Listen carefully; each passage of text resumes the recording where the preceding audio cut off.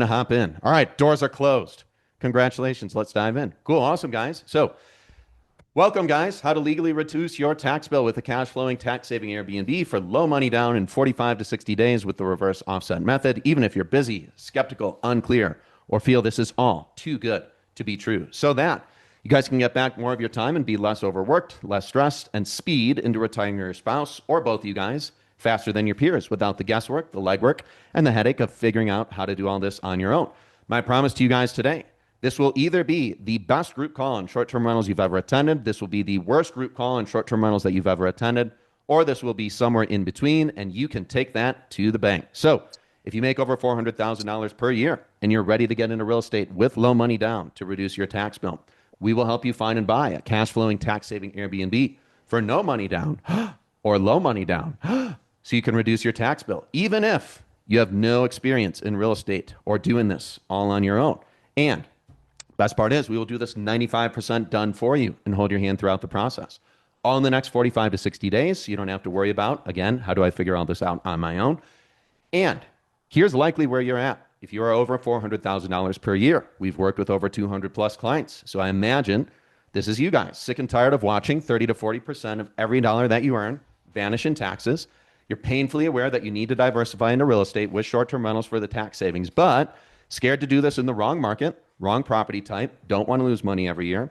And in addition to losing money every month and every year, you want to make sure that you're taking the guesswork and the legwork out of everything, because it's a lot, guys. I know it's 60 hours to 120 hours on average, just across every single team member on my team when we boil down the hours that we all spend as a team collectively on everything that we do every single month. We will take all the legwork and the guesswork out of finding out the markets that are actually working right now and long term.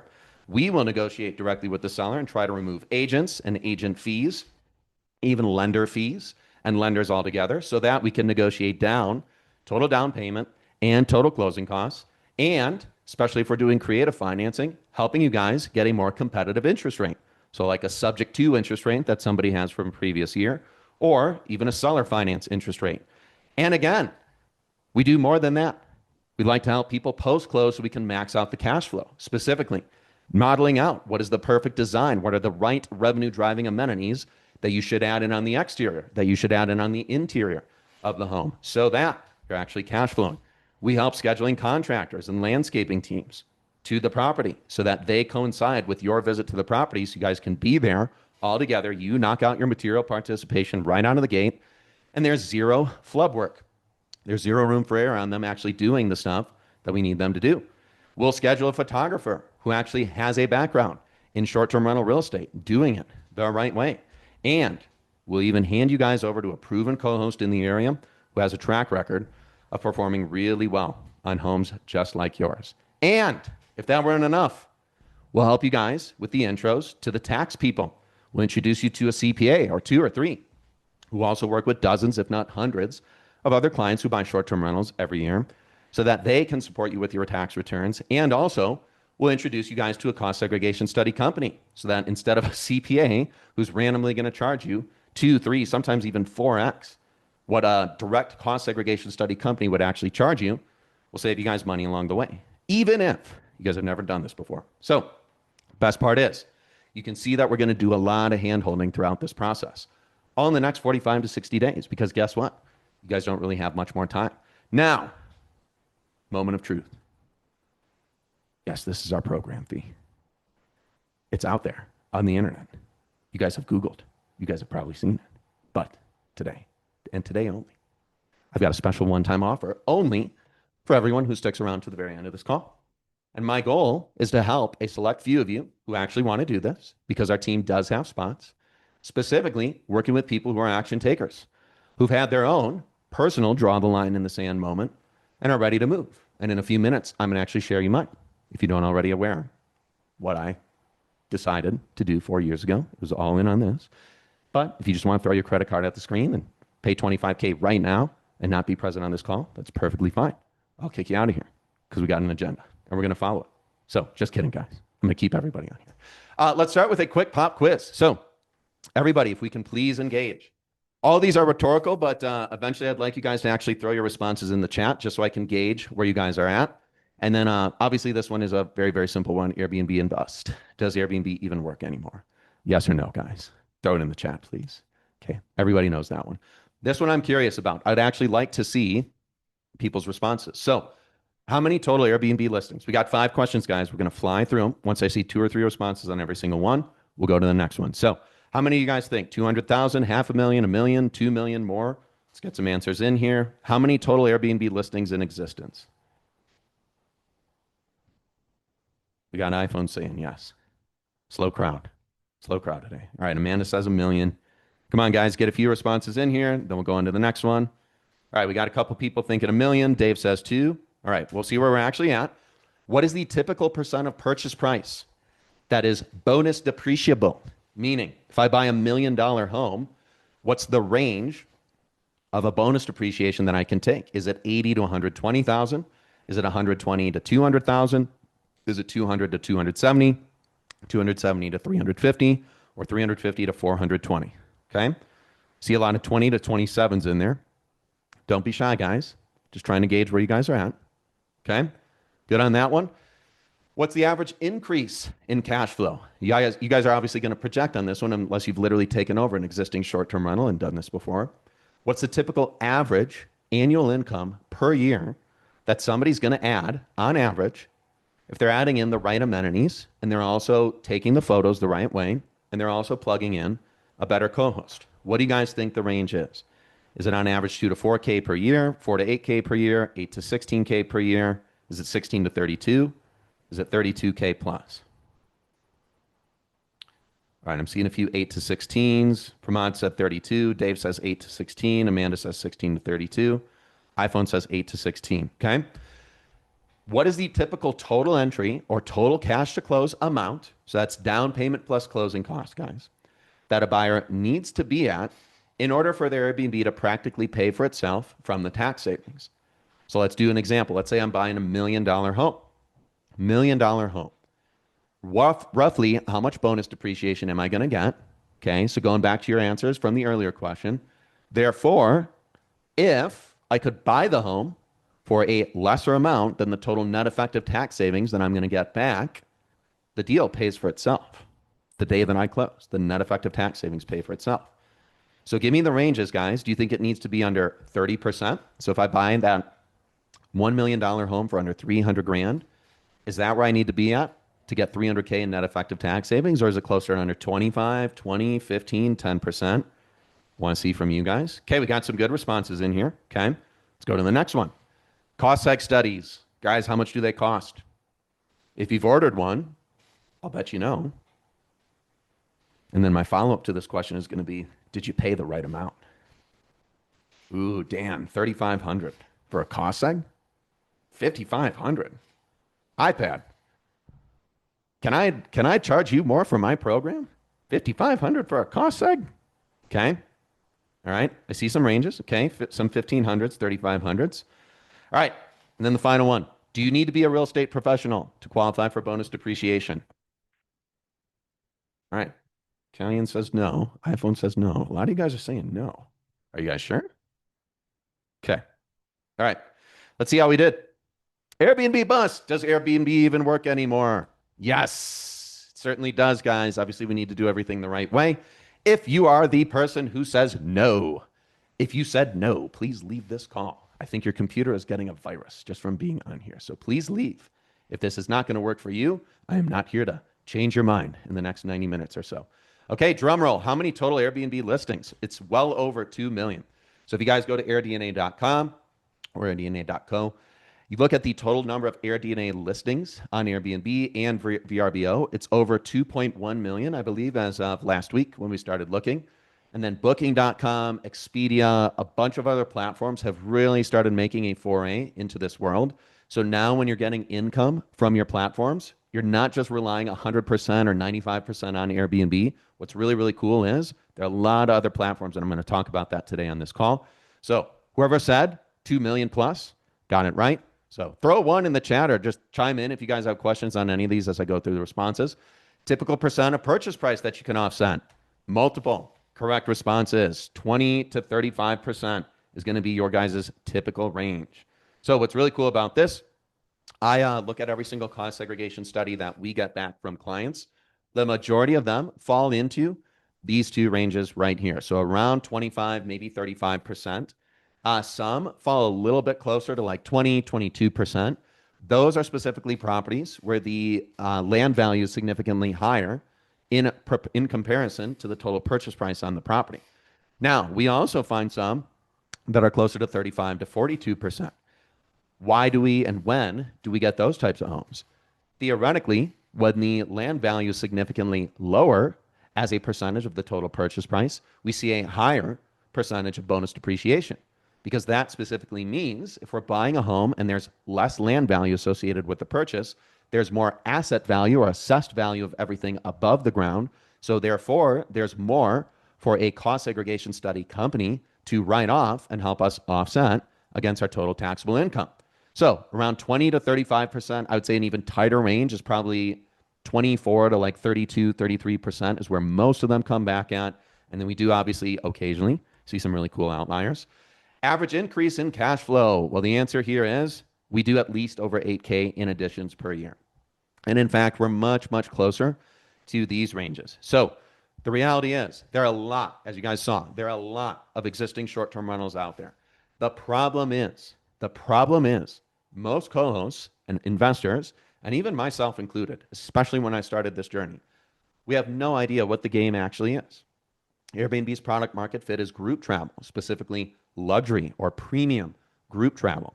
So what does that mean? Well, your 1, 2, and 3 bedroom homes are going to get typically destroyed in most markets, unless you're in like a super unique vacation market, like the Smoky Mountains, for example. We occasionally see some 1, 2, 3 bedrooms that do well out there. But it's because there isn't much competition in that category. In 99% of every other city, you're competing with hotels. And over 60, 70, sometimes even over 80% of the listings that are also Airbnbs out there are also 1, 2, or 3 bedrooms. So when you get into Airbnb's true product market fit, which is group travel, and then specifically luxury or premium group travel, when you add in the right amenities, when you restage and retake the photos at the property, and then make sure you're actually working with a really, really good co-host, you should see a pretty significant lift, which we're going to talk about some of those examples today. Okay, total amount, cash to close, that a buyer needs to be at in order for the Airbnb to practically pay for itself. Well, you guys should know the answer now, because now you've seen that around 20 to 35% of whatever the total purchase price is, typically is what you get in net effective, in offset rather, in bonus depreciation. So therefore, when we look at our response here, it should be really anything that is beneath that upper threshold. And arguably, you could see some 30%ers in there. We've bought $1 million homes. We've had people put in 300 grand all in cash to close on those homes. And we've seen a net effective tax savings very, very close to that.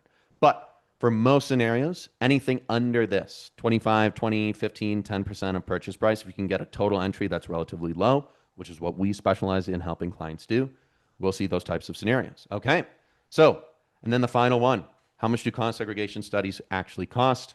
The answer is, it can be any one of them if you work directly with a cost segregation study company. So I have some quick stats.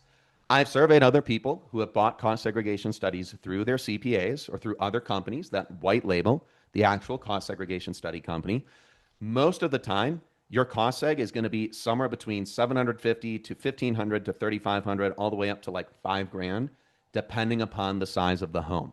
Okay, depending upon the size of the home. So most of them fall right in this range here, so around 1500 to 3500. So it's actually not that bad. What I have seen, and fortunately, I learned this really, really quickly in my journey.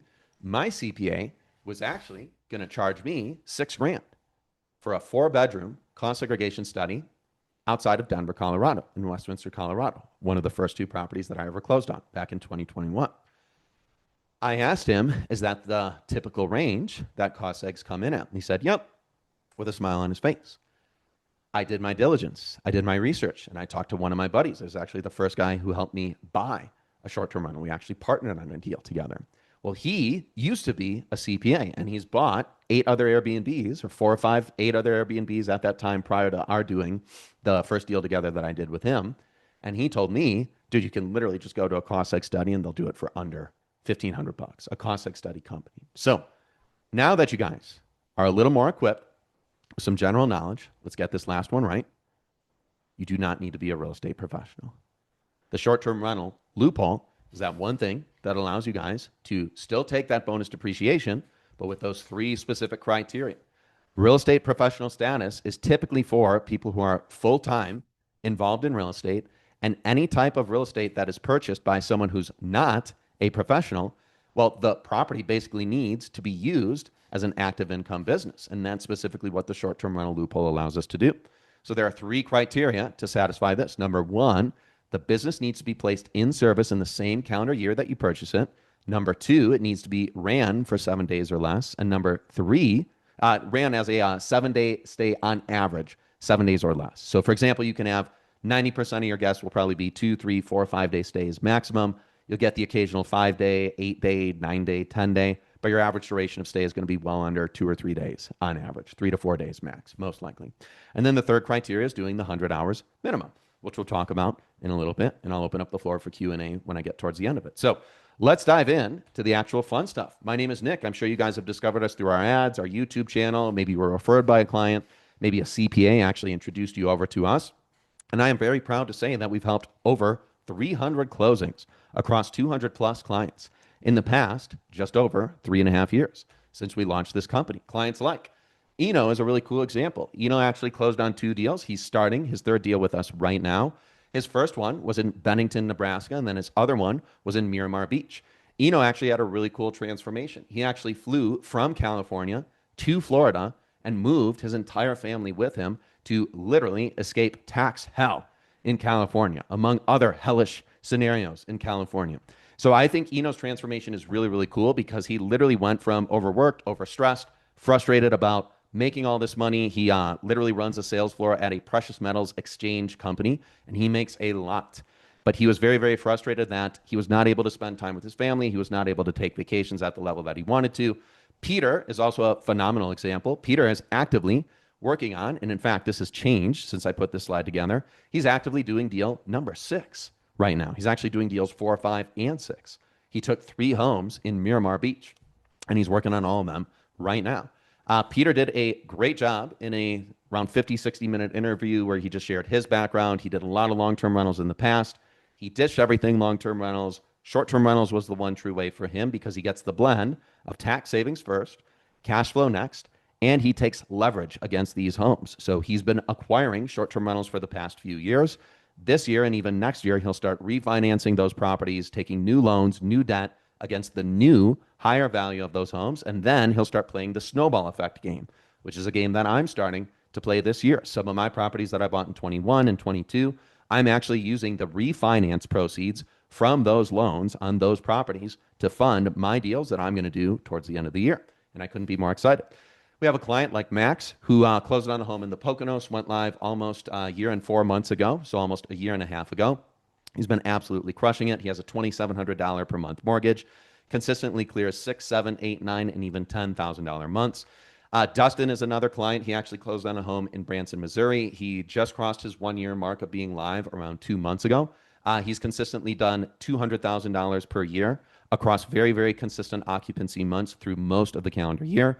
Also did a great job of improving the home, and he's actively looking at his next deal. Randy and Lorelei, they did a great job just outside of Gilbert, Arizona. They're, in fact, I think this is their one in Mesa, Arizona. This one has done really, really well. They consistently get incredible reviews. So if you can't see this one is actually 4.95 star reviews. It's a lot of reviews in a 12-month period as well. So almost like 80, 90% of the people who are coming in and staying at their property, they're saying really, really good things about them. They're cash flowing. Antonio did a really, really cool home in Fort Myers in Florida. Again, another example, a lot of reviews in the first 12 months and a lot of positive 5-star reviews. And for reference, being above 4.8, 4.85, 4.9 stars, depending upon Airbnb's criteria at the time, that gets you into superhost status. So all these guys are doing really, really well.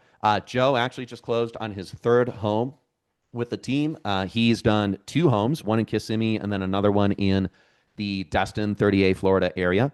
Both of them do really, really well. My assistant didn't get a cool screenshot of a text message thread that Joe, my business partner Brian, and I were on recently, where he was also highlighting another home that he did in Broken Bow, Oklahoma, is actually doing really, really well as well. And then some recent listings that have just gone live. I actually emailed about my team or around. I actually emailed our client audience about Shardul's listing, and I've been actually showing other clients this as a reference point. Shardul has already got closer to $120,000 to $130,000 per year projection on the books. We projected his home to do like 85 to 95 in a best case scenario.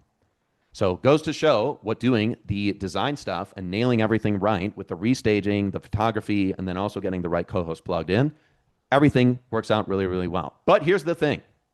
I didn't invent this process, and also I really struggled with this process at first, and I'm going to take you guys through it. I kind of walked ass backwards into this back in 21 when my CPA told me you're going to have a $143,000-ish tax bill this year if you do nothing. So back in 2021, I was running my medical consulting business with my business partner, Brett, and a team of around 15 people, including the two of us. And we were having a record year. We were absolutely crushing in the marketing space. We were the preferred consulting partner and marketing partner of brands like Cryoskin and had over 120 clients working with us every single month.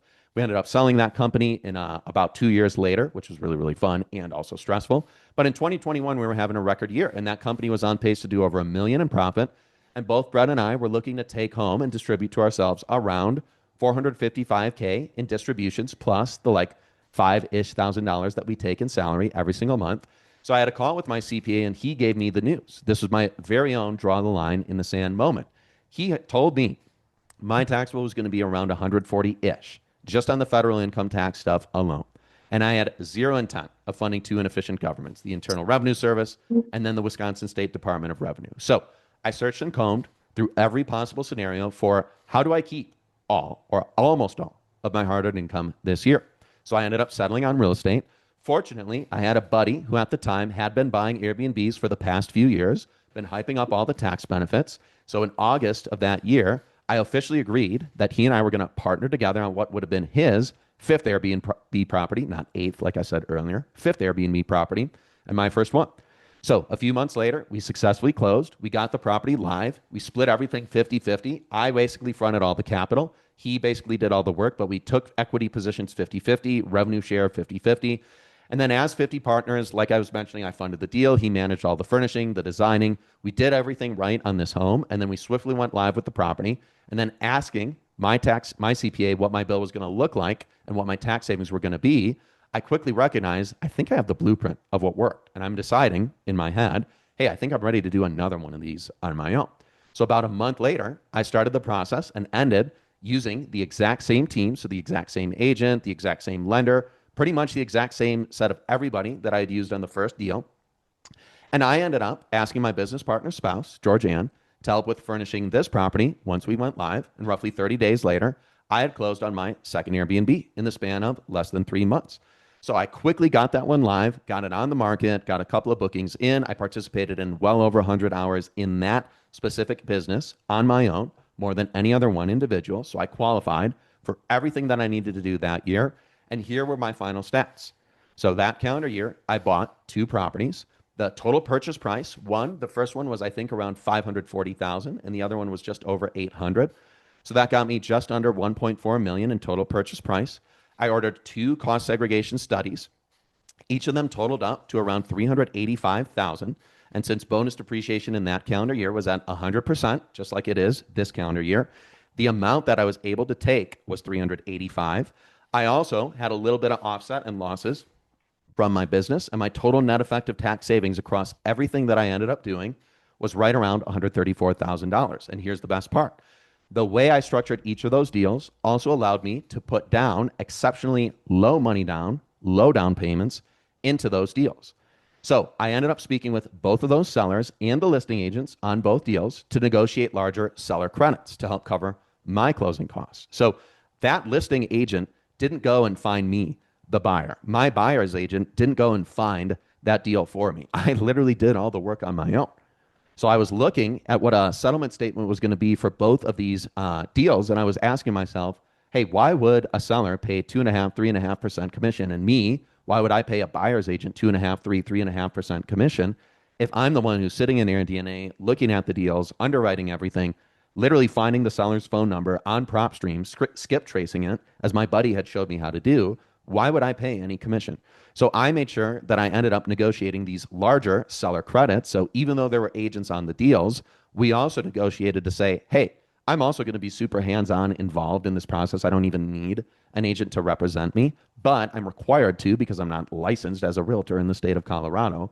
Could we talk about dropping both of the agents' commissions so that I can put in an offer on this deal? And the seller eventually accepted, and he agreed to my terms, which were around, I think, $15,000 credits for both of those. So my all-in total entry into the both deals ended up being down payment and closing costs plus post-close costs. So furnishing and design enhancements, it was around 145,000 all in for both homes. And my total net effective tax savings from everything that I got in terms of bonus depreciation, which was around 385 for that calendar year, this ended up saving me close to 134K, plus the offset that I took from my business losses as well. So here was my, okay, I'm having an epiphany moment. When I connected with my CPA in January 2022, and I learned that after the offset from my businesses, and then the specifically 2 properties that I purchased, and the total net effective tax savings from those bonus depreciations on both of those homes, I had basically zeroed out my tax bill buying 1.4 million in real estate. And when I finally connected the dots on what I had done, this was basically my own reverse offset method, which was basically meaning for every dollar that I put into real estate, if I had not done that, I would have been funding the IRS, the Internal Revenue Service, for my federal income tax bill, that amount. So instead, every dollar that I put into real estate resulted in essentially $1 or very close to it of net effective tax savings for myself. So this specifically was possible because I ended up doing low money down, so a blend of creative financing and low money down loan products, and a business partner who also I was able to take 100% of the bonus depreciation, even though on that one deal, I was still only funding a little bit down. I still got to take 100% of the bonus depreciation. And I was able to purchase a lot of real estate for a lower total entry into these deals. I spoke with my CPA again after we got my cost seg studies back, after he readjusted and finalized my 21 numbers. We reviewed my final returns, and I was ecstatic. I was hooked. Now I didn't feel like I was just overworked and overstressed. Told my girlfriend at the time that we'd be able to take more vacations that year, called my family back in Wisconsin and shared that I could be more present there this year. And instead of waking up feeling exhausted and stressed and overwhelmed with all the stuff I needed to do to scale the company, as well as my hours that I contributed to the company every single week, now I started waking up feeling calm again, in control, and excited to tackle each day. And in February 2022, I decided to do more, but there was a problem. I was starting to run out of cash. I had just bought a lot of real estate. I'd invested quite a bit in crypto, and I'd used almost everything that I had left over in late 2021 to do these 2 Airbnb deals. But I still wanted to do more deals, and I didn't really have much cash available to do any deals on my own. So after posting on social media about how those properties were doing, I had friends and peers in my entrepreneurial social network reach out, and a few of them suggested one of 2 things. Hey, I could just partner with you on deals, or I'd love to just pay you so you could go and do this for me. And what happened next was pretty cool. I ended up partnering with 3 other guys to do 3 other Airbnb deals over the next 4 months. And what ended up happening was while the medical consulting company was doing really, really well, I was able to do another 3 solo deals on my own. And the 6 months of the 2022 went by. By June, I was almost halfway into the year with, just that year alone, 3 deals that I did with partners and 3 deals that I did on my own. And here's where I'm going to pause quickly. 3 deals that I did with partners. Note, lots of cash to deploy between the partners and I. 3 deals that I did on my own. Very limited cash to deploy on my own. So I was on cloud 9, and then the reality hit me. I was losing money on some of those homes. Now, I'm not talking a few $100s per month. I'm literally talking consistently $500 to $1,500 per month. And it was a gut punch because it was right after I thought I had the blueprint completely figured out, which in my head was buy existing Airbnbs for super low money down, get a solid co-host to take over and improve the management, put a little emphasis on little effort into improving the home, and sit back and cash checks. And then one day, and this moment literally happened, and it was pretty embarrassing. One of my friends was looking at my portfolio with me one day, and it hit me like a ton of bricks. Dude, the deals you did with partners look way better. And I was kind of an asshole. I said, no shit, dude. Yeah, those deals look way better because I'm getting destroyed on the deals I did on my own. And those ones are making money. So thank you, Captain Obvious, I said, as I was getting a little defensive. And he replied, honestly, he's like, no, no, no. What I mean is, I'm looking at the listing photos. I'm looking at how good the property looks. The ones that you did with partners just aesthetically look way better. And he continued, if I were choosing between these ones, my girlfriend and I, or my group friends, my friend group and I, we would be choosing these ones over the ones you did on your own 10 times out of 10, purely because of how much better the design was, how much more premium they look. He didn't use those words, but now I'm putting words in his mouth. And that was when it hit me. The truth I had been avoiding, because I knew deep down I'd have to solve for this, but I thought, leaning into my thesis, it was just going to be a matter of time that I get more reviews and everything else starts clicking into gear. But the reality was, I skipped all the important design stuff on the homes I did on my own. And that was the difference. That was literally the one difference between everything else, the three I did with partners and the three I did on my own. So for those homes we did with partners, we actually did improve or replace some of the furniture, the wall decor, and some basic outdoor amenities. Like reality in 2022, I was nowhere near as advanced as we as a company are on just insightfully knowing what are the homes or what are the revenue driving amenities that we actually should be adding in the outdoors. And I had finally come face to face with the reality that I'm going to have to improve the design, the furnishing, the amenities of the homes that I did on my own. And painfully, I did end up going back and improving those homes later that year. I had to take everything that I was doing to a screeching halt. I thought I was on a tear. I thought I was launching homes, making money, just funding the next deal with the cash flow from the last one. Painful lesson, painful reality check. And I discovered this is so much easier to just get right out of the gate instead of having to go back and fix everything later on. And that is the number one thing we've also uncovered from sellers. We've literally told sellers point blank, dude, we're going to take over this home. I know you're doing 80,000 a year. Your photos are terrible. You don't have the revenue driving amenities in the outdoors. You could literally solve all this in like literally a 4 or 5 day weekend, dude. Do you not want to do this and improve the home? And we get sellers telling us the same thing, like, dude, I'm just out of juice at this stage. I wouldn't even want to if I knew that it was going to work, if I even believed you that it was going to work. Just because it takes a lot of energy out of you to have to go back and do this stuff.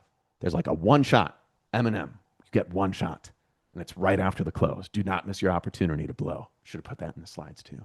So perfectly, coincidentally, we actually launched this company right as I was having that epiphany. So very, very fortunately, we knew at that point, hey, now we really have the blueprint. We've done everything right. We've done everything wrong on our own. And when I say we, I mean me and partners, because we wanted to make sure everybody else that we help is going to do this the right way. So now I present the blueprint. And this is specifically what I'm going to dive into here right now. So we've been on here for around 40 minutes. I'm going to give it open to you guys. If you guys have any topics, if you guys would like to get into any specific topics in any order, I'm going to tell you what I'm going to pull up on the iPad as I have some drawings prepared for you guys. Number one, it's right markets. It's finding the right property type within those markets and then specifically negotiating low money down deals. That is everything up until the closing process. So that is finding and negotiating the right deals in the right markets. Step number two is getting everything right for the cash flow. So now that you've successfully chosen and selected the right property and you've closed on the right one, now you need to lean into the amenities and all the improvements that you need to define that actually are going to add revenue and drive value at the home. So it's typically 3 or 4 things. Number one, it's what are the exterior and what are the interior revenue driving amenities that you need to add in. Number two, how do you restage the property? So you might pay a photographer $1,500 to also go to like a party supply store and get a bunch of other stuff to make the home look even more impressive. Think towels, think folded towels, think bathrobes, think wine glasses, think charcuterie boards, things they can assemble and overlay over like a bedspread or like in a hot tub area. Sorry, say that again. How was it? You hungry? Let me put everybody on mute really quick. I thought I was going right there. But we can talk about those secondary items, which are literally the what are the revenue driving amenities? What do we do to add them in? And then getting a photographer to come in and stage the property correctly. The third item would be anything related to the tax stuff. So why don't I do this? I'll put you guys up to a little survey here. I'll do 1, 2, and 3 in the chat. One would be talking about right markets, right property types, and negotiating deals. Number 2 would be cash flow. So all the amenities and everything else that increases cash flow. And then number three would be everything kind of tax related. So that's more so specifically bonus depreciation, material participation, cost segs. Daryl, since you were the first one, why don't you take yourself off mute and let me know if there's anything in particular about right markets, right property types, and then negotiating the deals. And then Amanda as well, if you Not want worry to about it. chime in on those as well, go for it. Yeah, I just wanted to, we have a couple of short-term rentals right now in Pigeon Forge and North Nice. Myrtle, but we're having a heck of a time finding a good market that, what markets are you looking at right now that you like? And when you say heck of a time finding a market, specifically for what? You guys are trying to buy another short-term rental, correct? Yeah, we're trying to buy another short-term rental, and it just seems like everything's very high priced from, from where we were back in 22, 23. Got it. Okay. Yeah, the reality is, we did not buy anything in the Smokies throughout end of 2023, and then I don't think at all in 2024. Because the reality is that market like just kept climbing up and up and up and to the right. We started buying stuff again out there this year, I think like 5 or 6 months ago, because we literally had to wait for prices to come down. So I would say right now, the top 2 or 3 markets, we're doing a lot in the Smokies. So the market that you happen to be in specifically, a lot of 4 bedroom, 5 bedroom, six, sometimes 7 bedroom, sometimes 8 bedroom homes and cabins in the 650,000 all the way up to like 1.3, 1.4, sometimes $1.5 million range. That is definitely a sweet spot for us right now. And that's specifically because the yield that we get out there is really, really good. So there has to be enough travel demand and enough consistent demand where people are paying enough for other 5, 6, 7 bedrooms out there to know that, hey, this home, whether it's priced at $850,000 right now or $650,000 right now. Well, what we do know is based on data, the rest of the homes in this market are doing around 125 to maybe 150,000 if some of them are punching above their weight class every single year. Well, we can't really buy any of those homes until they're under 780,000 in purchase price. And the way that we reverse engineer that is basically taking what's called a yield formula. So we have to see that a home can do a gross revenue amount, which is minimum 15-ish% of the total purchase price.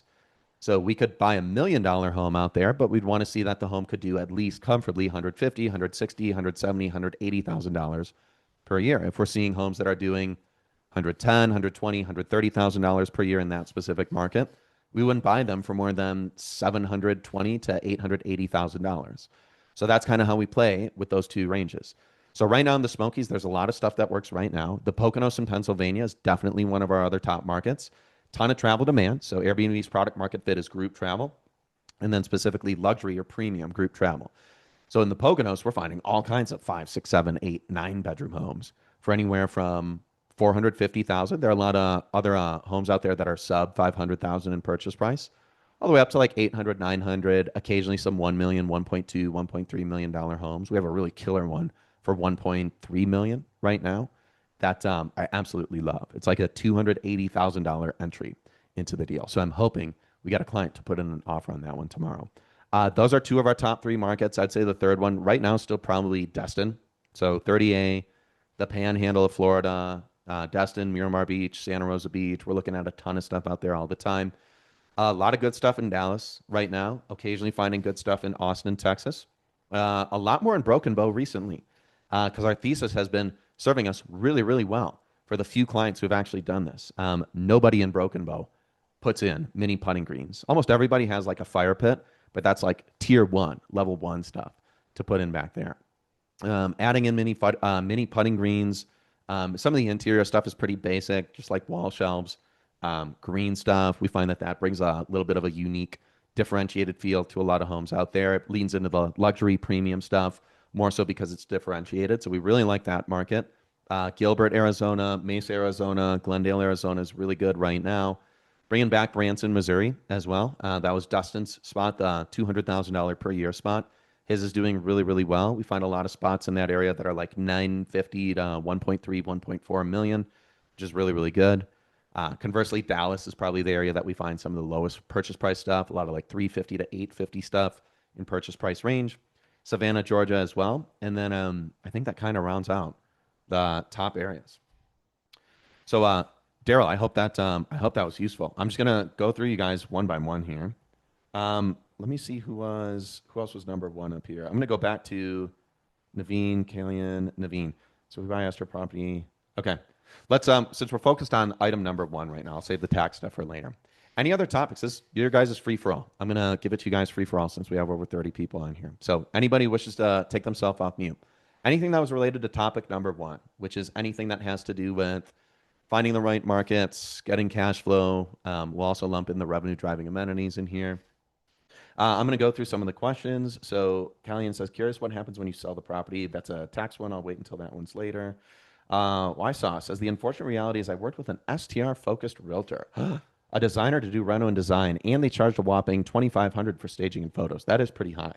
Have a pool, added a hot tub, sauna, games, etc., located south of Asheville. Asheville's in North Carolina, correct? In 10 days, two inquiries and zero bookings on Airbnb.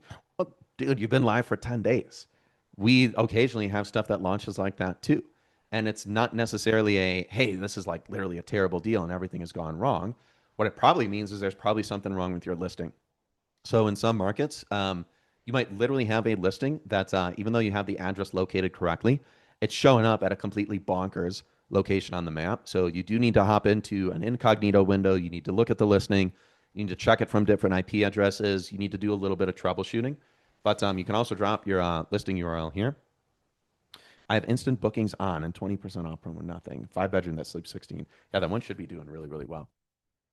But I wouldn't know unless I saw your listing. Cool, guys. Since nobody has any other questions, unless somebody takes themselves on mute really quickly here, I'll quickly go through the framework for how we find really, really good deals in a specific market based on yield. And I'll do Can that I one ask a right now. quick question? Go for it, Amanda. What would you say is the profit margin, or how does the profit margin compare in the lower priced homes compared to the upper priced homes? Like, is it if we're going to decide which way to go with that, do you see more profit percentage wise in the higher priced homes, or how do they compare? It's a slight differentiation. I'm actually going to run some numbers right now. So around like 13 to 23,000 per year. I'm going to put it right at the middle of like 17,000 out of maybe a $585,000 home.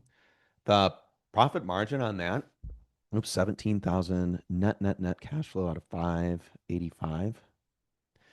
Your profit margins are definitely going to get a little bit lower as you typically get bigger in terms of property size. And that's more so a product of what is the cash on cash return that you're seeing in different categories of purchase price home. So, for example, we have clients whose main goal is the only reason they're doing short term rentals is because they want to retire one spouse in their household. And their goal is to, hey, I recognize that my spouse makes $175,000 per year. So, what we want to get to is around $15,000 in cash flow every single month. Because what $15,000 in cash flow per month would mean is roughly $180,000 per year. And that would give us enough to retire my spouse. So for every dollar that they want to put in to their real estate investment portfolio, they're trying to just get the highest cash on cash return that they possibly can for every $1. So their goal is not to have a $10 million portfolio across maybe 10 homes, 10 $1 million homes. Their goal, and they're very okay with this, is to maybe have a $5 million portfolio over closer to 20 homes. But the cash flow on each individual home and the cash flow on that portfolio as a whole is probably going to get them to exactly where they need to be. It'd probably be a little less. They don't need 20 homes to get to 15-ish thousand a month. They probably need closer to, they're doing smaller homes, would probably still be closer to like 10, around 18,000 a year would be the range. So your profit margins will get a little bit worse the larger the property is, typically. There's much less room for error when you get into smaller sized homes, and there's better cash on cash return. But again, it all depends on what you're trying to optimize for, because most people are like, well, I don't want to build a portfolio of $350,000 to $450,000 homes, especially if I'm paying a company like yours 20 something thousand dollars, because they also want to see a good return on, hey, I want this thing to basically pay for itself. So therefore, a bigger purchase price will help them. So good question, Amanda. Aya, Blad, Chris, Blad, good to have you on here. Both Chris's, Dan, Daryl, Dave, Evan, GB's and admin team, Hemant, Jacob, Kalian, Nate, Naveen, Puneet, Raman, Sam, Savita, Todd, unlicensed room, Wysaw. Any of you guys have any other topics before I start drawing here? Sang Mesh is iPhone. Sang, good to have you on here. Yeah, any other topics related to, I mean, we'll help you guys find and negotiate deals in really, really good markets. You guys have to have some sort of topic that you guys want even more clarity on there specifically.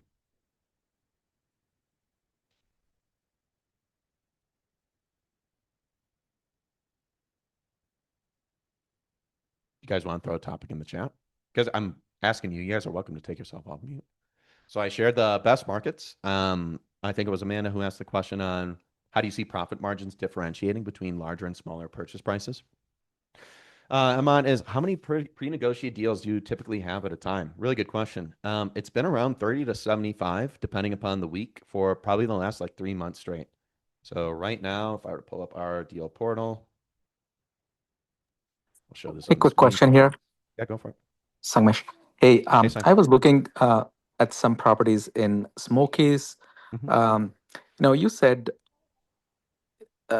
sweet spot is somewhere about 700, 800. There's nothing in 700, 800. Everything is close to $1 million there in Smokies Oh, there's nowadays. plenty. No, dude, there's plenty of stuff that's in the 700 to 800,000 range. We're under But there's contract a with a bunch of them. old cabins. I did actually, we went to Smokies last week Mhm. and asked a realtor to show us. I mean, those Yep. properties are, you know, I feel like who would come and live in these properties? That was my my first impression of some of the properties they showed.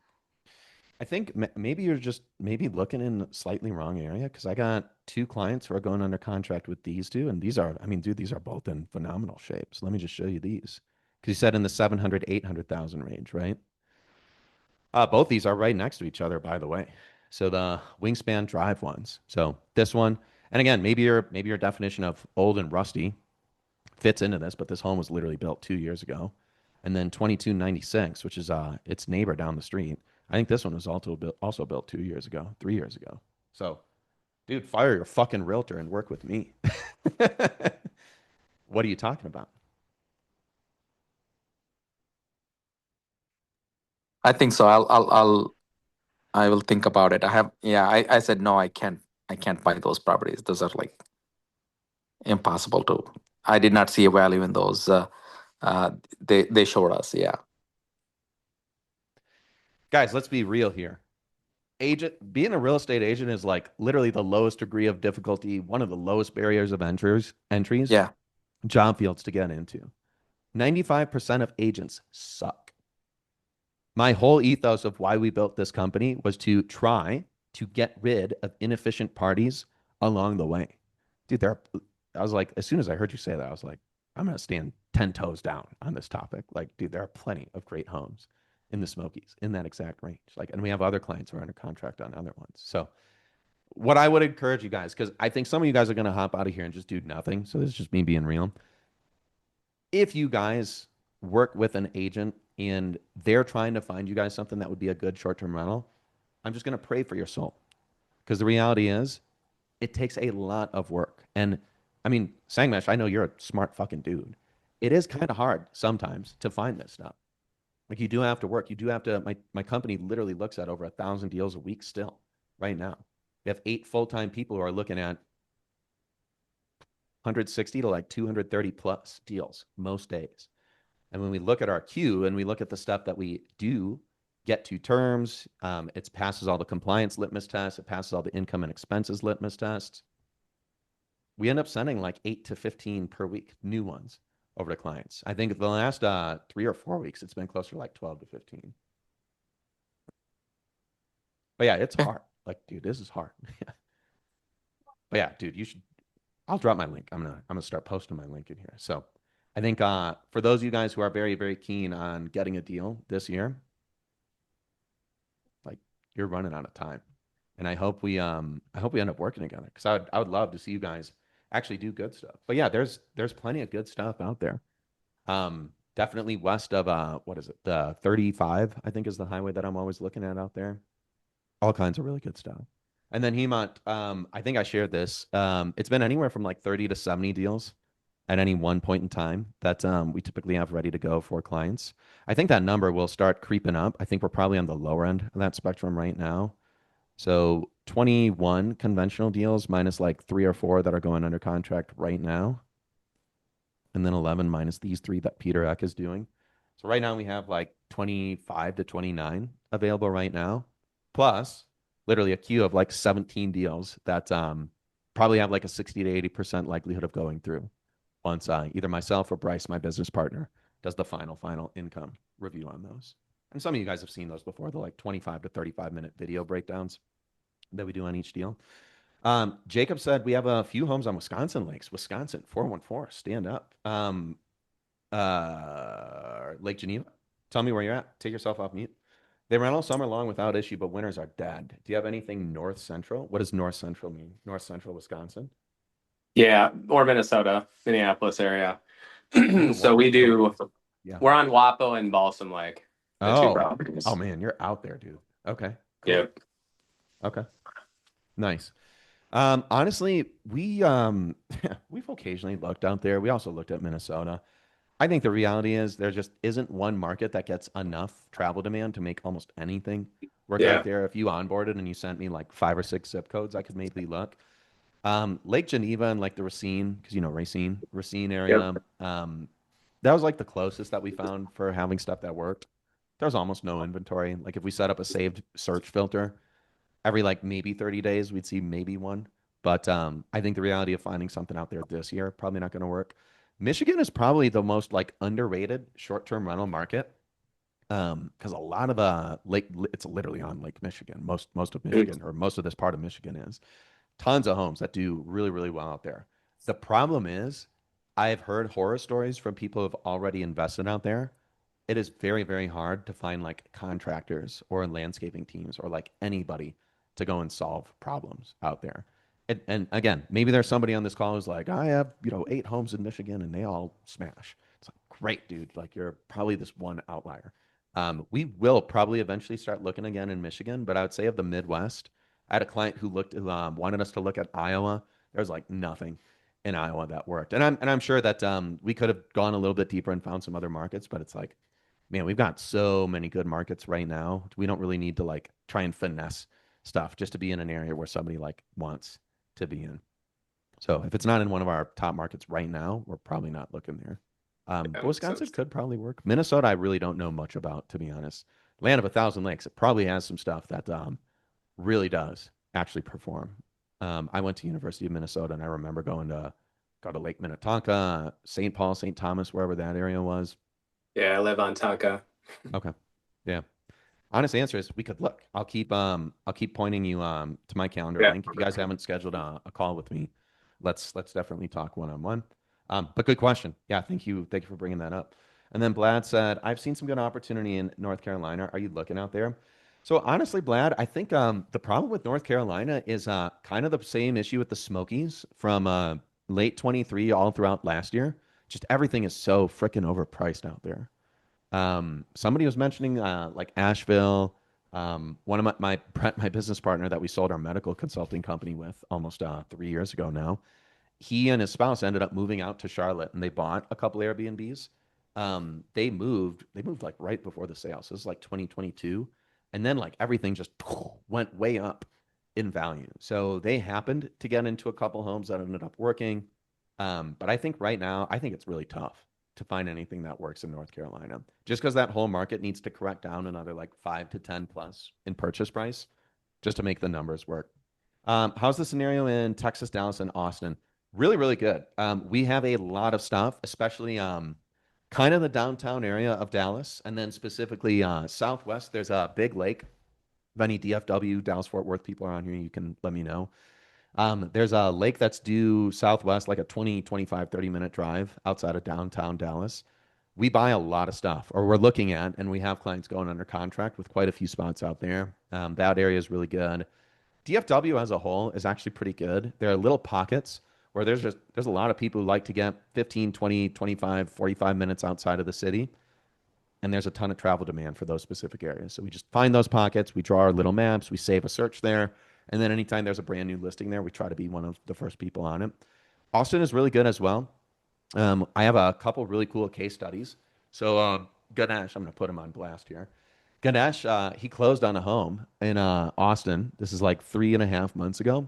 He's absolutely crushing it right now. He had a slow start, but he did really, really well. He's doing around 7 to 9K a month, what I believe is just Airbnb alone. It might be Airbnb and VRBO. I just spoke with his co-host like 10 days ago. And then Booking.com, Expedia, and then he's also going live on Google Vacation Stays. So I didn't even get into the fun stuff with you guys. There's going to be a whole wave of additional platforms that are now really heavily attracting a lot of new eyeballs to short-term rentals as an alternative to hotels. More people are looking at differing platforms that it's not just Airbnb anymore. 5 to 8 years ago, it was always 90, 95, 99%, sometimes 100% of all the revenue that you guys were getting is literally from the Airbnb platform. In the last 12, 18 months, Verbo started getting a lot more traction, especially in certain markets. But what's been really, really cool is I think in the last like 3 to 6 months, new listings going live, they're just crushing on Verbo. They're crushing on Booking.com. So I don't know what it is with the algorithm with those two platforms, but if you launch a new listing like today, launching on Verbo, launching on Booking.com, some of these listings are getting like 20 to 35% of their total revenue projections just off of those platforms. And Airbnb is always going to be here. And Airbnb's platform is growing as well. They just launched services. So it's a great time to be working with a really, really good co-host. In fact, I have another quick case study. This is actually my own. Lowell Boulevard, the very first deal I ever did was with a business partner. This is a 4-bedroom in Westminster, Colorado. We are projecting to do 95,000, which will probably be our best year ever. With shout out to the Atomic Stays, if Atomic watches this. I migrated most of my Westminster, Colorado portfolio over to them over the last like 2 or 3 months, and we just started going live with stuff. Absolutely crushing with them. So Google Vacation Stays, I'm trying to get at least one property on there. It's a waiting period, and you get special approval. So I'm waiting for the first co-host to tell me like we're live on something, so I can see the impressions, the view rates, the click-through rates, all the insights that the Airbnb app gives you, which I love, like clicking through and just seeing sometimes. Where's the drop-off? Are people, searching for me? Do I show up in impressions? Do people click on me so I get click-through rate? And when people do click, what's the rate at which they book from seeing my listing? And I try and see like, hey, where am I messing up with the wrong cover photo or the wrong headline? That's the click-through rate one. So just tons of really cool data available right now. I know I kind of dovetailed off of is North Carolina good or not? But North Carolina is just kind of tricky right now. Oh, that was specifically Callian's question. Texas, Dallas, and Austin. Yeah, and then I think west or north of Austin is Fredericksburg. We find some good stuff out there. I have a really killer deal available in Austin right now, the Baxter Street deal. That one's doing like 40% of its revenue is coming just off of austinvacay.com. So that's one of the few sellers. They're selling a home that's actually making good money right now. I couldn't really figure out a good way to improve the home a crazy, crazy amount because their backyard is like kind of already maxed out with what you can do. It's probably just like 5 to 10 grand worth of interior design stuff to make that one better. But yeah, still a lot of good stuff available in Austin. Savita, are most of your clients buying deals close to where they live? No, none of them are. How does one manage properties from remote location? A co-hosting team. Your co-hosting team is pretty much that boots on the ground team that has like a local team in every region that they happen to manage. So a co-hosting team is typically 1 or 2 founders or 1 or 2 partners, 2 to 3 people, and it might also be the founders who are revenue managers. So they sit in AirDNA, they sit in Price Labs, they play around with the pricing dynamics. So they're managing the listing from wherever. And then they do have a boots on the ground team who is typically just comprised of like 1 or 2 people who maybe own a cleaning team out there, or it might be it's typically a lady who really likes to do interior design work in the area. So they're just partnering with other people who are boots on the ground. So if they need somebody to swing by a property, fix something small, or just drop something small off, they are your boots on the ground, eyes and ears, boots on the ground people, managing all the cleaning teams, managing the vendors, the contractors, everybody who comes in and out of the property. 90% of it is just the cleaning teams. And then the third element they do is guest management, and that's obviously all done remotely. So that's how clients are managing everything. They're not, a kid is trapped in a closet. They're not going there to like open the doorknob. they're calling the handy person or they're calling a cleaning person who might have an extra set of keys to just go over there and solve that. So you don't need to be in proximity.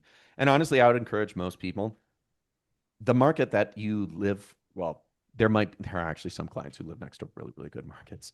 Um, I hope that you just happen to be in an area where I'm like, yeah, draw a 120-mile radius around you. Like there's nothing even good, even close that you should be looking at. So just do a deal in one of these areas and learn to build team. And by the way, real estate is a team sport. Like I have a pretty badass team. We have, as of right now, we have 6 underwriters, including myself plus Bryce, so a total of 8. Brian, I calculate in there.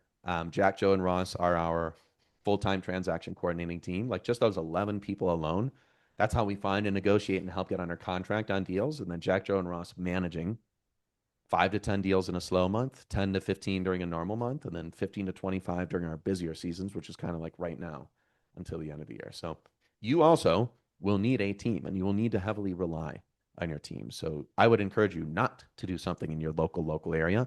And even if you do happen to be close to one of those really good markets, you're still going to have the team doing everything. It just feels good. Like, oh, I could drive over there for 5 minutes to solve something. But the reality is like your team should be doing it anyway, especially if you're making over 400 grand a year. It's a bad trade on time. Your dollar per hour is over $200 per year between maybe you and a spouse in the household, at least. So almost nothing are you going to be paying more than $200 per hour. Everything is going to be a trade-off where you're paying less than that. So I hope that helped. How is Naveen asked, how's Chattanooga? Not good. San Antonio's terrible. No travel demand out there. We've seen people highlight that there's like good stuff out there. I don't know what year people were seeing that and bought really good stuff. Maybe something has changed. We haven't underwritten it in like 6 months. What were you saying, I? I didn't know if you were chiming in. You were muted or unmuted. But yeah, maybe there's good stuff in San Antonio and Naveen, dude. When are we gonna get started, dude? I'm ready. I've been ready. We could have closed on like 3 deals so far this year. I'm excited to work with you. Just let me know when we're pulling the trigger. GB says, I'm more concerned about what happens once we acquire the property. No time to manage it. Dude, you're not going to manage it. You're going to have a co-host team. So there are 3 key deliverables that our company does. Number one is we will help find and negotiate the deal, and on average, save clients 60 to 180,000 across the down payment and the closing costs, especially if it's a creative finance deal. We try and get rid of agents and agent fees as much as possible. Even if we need to keep agents on there, we can submit offers that say, hey, we're going to have almost no seller's agent commission and buyer's agent commission on this deal. Like we can. Everybody's commission is up for negotiation after that NAR lawsuit, the National Association of Realtors lawsuit that went into effect just over a year ago. So it's like, oh man, our company's been even more valuable in terms of service that we provide to clients since then. We will find and negotiate those deals, help you underwrite, and help make sure that we're pairing you up with something good. Like for example, when we showed those 2 the Wingspan Drive properties, which both crush, they're already also doing pretty well as short-term rentals. The guy who's selling them just wants to move into multifamily. So I was like, oh man, you're a savior out here. And like I think I forgot who it was that said that. But yeah, it's sometimes hard to find like really good quality stuff in the Smokies because sometimes you're looking at older stuff and it's not in the best shape. So we'll find and negotiate and close on those deals for you. And then once you've closed, now you own this property. You're not the one who is going in and doing all the landscaping work, the general contractor work to improve the appearance and enhance with the enhanced amenities of the home. We'll help find the general contractors and the landscaping teams to go do that stuff for you. I encourage you to visit the property and oversee while that process is happening so that you guys can also log all of those hours as participation and also make sure you're quality controlling the people who are there working on the home. So they're doing great work because you're literally sitting there watching them doing it. Every 15, 30 minutes, most of the time, these guys might be coming to you saying, hey, do you want us to orient it this way or this way? What do you think about this versus this? And now you're making sure that nothing gets missed. There will also be a co-host team who manages everything for you. So you guys should not be concerned about do you have the time to manage the property? That's literally what a co-hosting team will do for you. And you guys will still manage to do probably 100 hours plus very, very comfortably with a visit to the property and overseeing the messaging that happens on the Airbnb app. You'll substantiate all your hours very easily at the property, and you'll substantiate your hours very, very easily with the Screen Time app on your phone, which is what I'm going to show right here really quickly. This Screen Time app that shows you exactly how much hours you're spending every single day every week what you're doing on the phone. You can export that log and you can make sure you produce that to your CPA so that all your hours that you log, they're substantiated. You'll comfortably probably log 110, 20, 130 hours plus in the first 2.5, 3 months that you actually close on the home. And most people log close to 100 plus hours just on the first 4-day weekend long visit that they make to the property. Sorry, did What is, you say there was a what, tool for that? sorry? Did you say there was a tool for that? There are tools. I think Toggle is one. I think all the tools kind of suck. A lot of the tools were designed for virtual assistants who log their hours at companies where they're getting paid like $3, $4 an hour.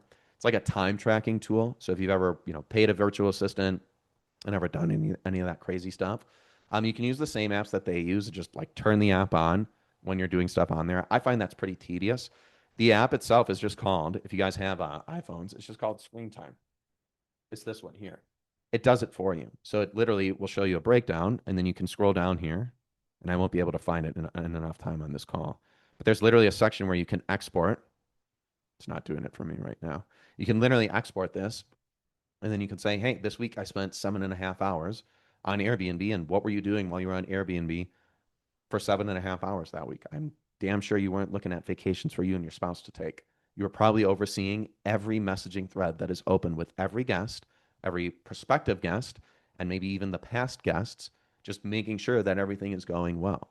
So you reading somebody else's emails at your company would be you logging time supporting the quality of the work that that person is doing. It's no different here. So pretty easy and pretty straightforward to substantiate those hours. Callian, what is driving demand in Dallas?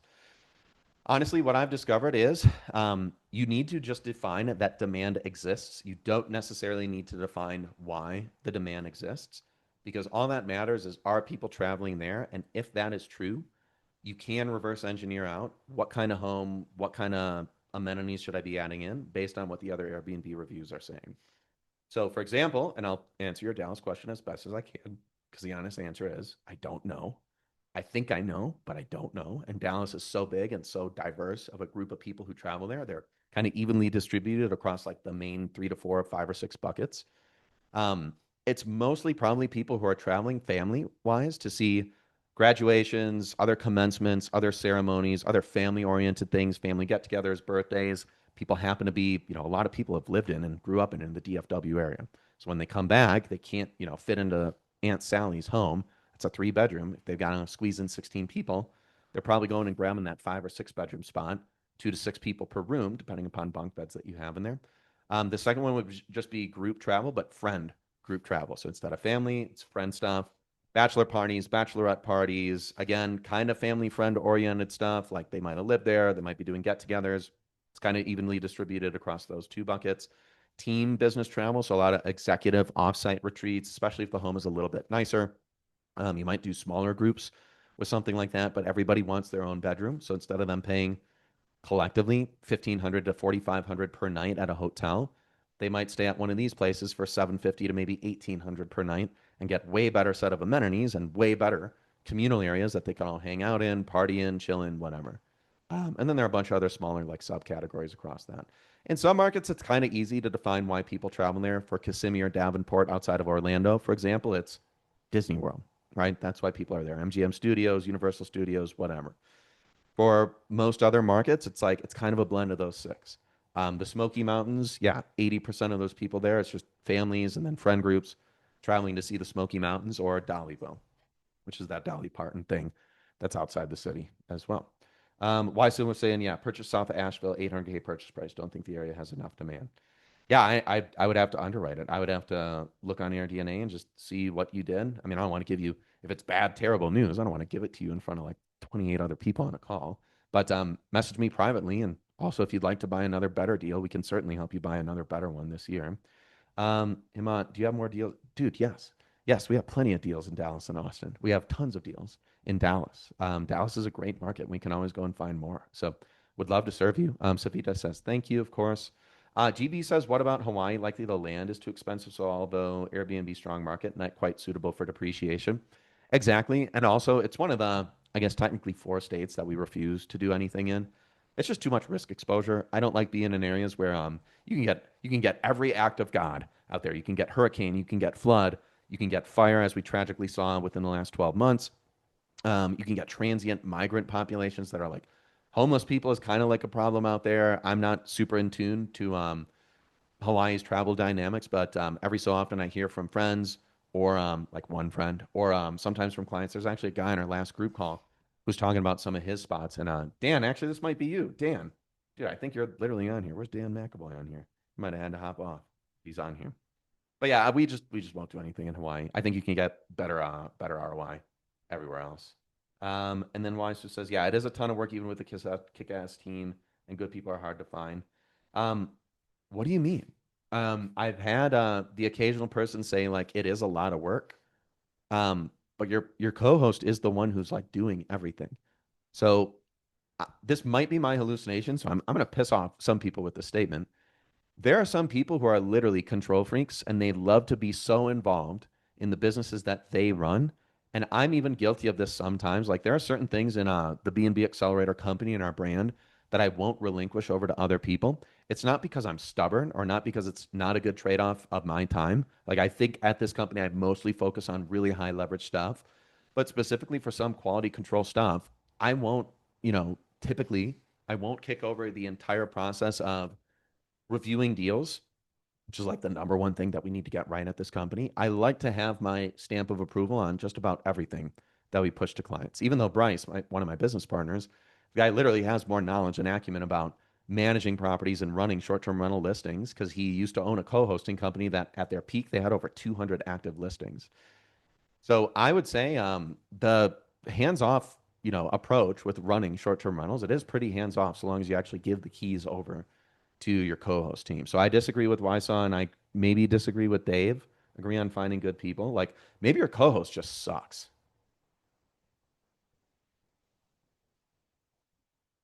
Wysaw, Dave, that could be the reality. If you guys are having to do a lot of the work and be heavily involved,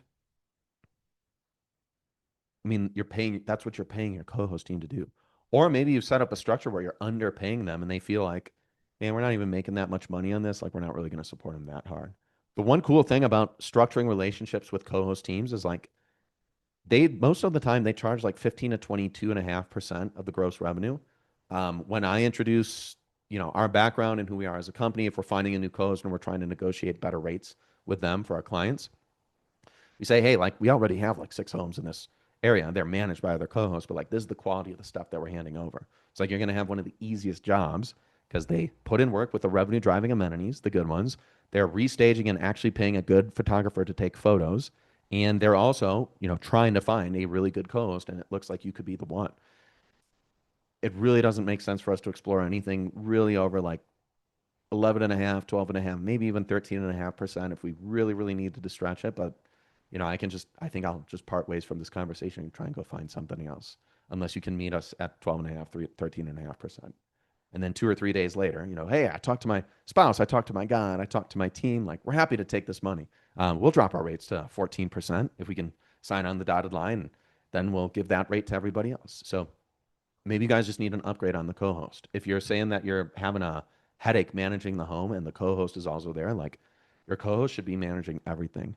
Bryce was actually my co-host for most of my spots. I didn't get involved unless I needed to, and it was mostly like, hey, this thing is $1,800 to repair. Do you want to do this or not? The Atomic Stays team in Denver, they're brilliant. The team who does my Florida spots, they're great. The other team that we just slid in for one of the other Colorado spots, they're also awesome. So maybe you guys do need to try and explore upgrading the co-host. Um, Moji says for cost seg, do we need an average of 7 days per month to qualify? No. What does that mean? The average duration of stay at the home needs to be 7 days or less. So one tenant who stays for 365 days, their average duration of stay is 365 days. That's a long-term rental. That doesn't work.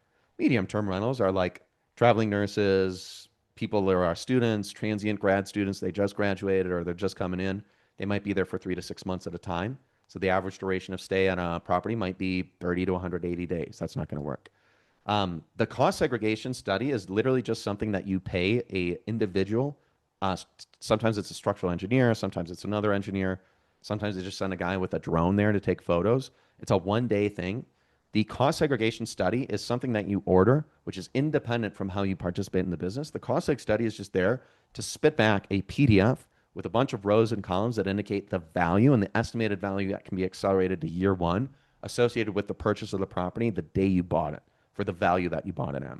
The 7 day average thing is something that the individual who's qualifying for the short-term rental loophole status in order to take the bonus depreciation that you get from the cost seg study, that the cost seg study spits back to you.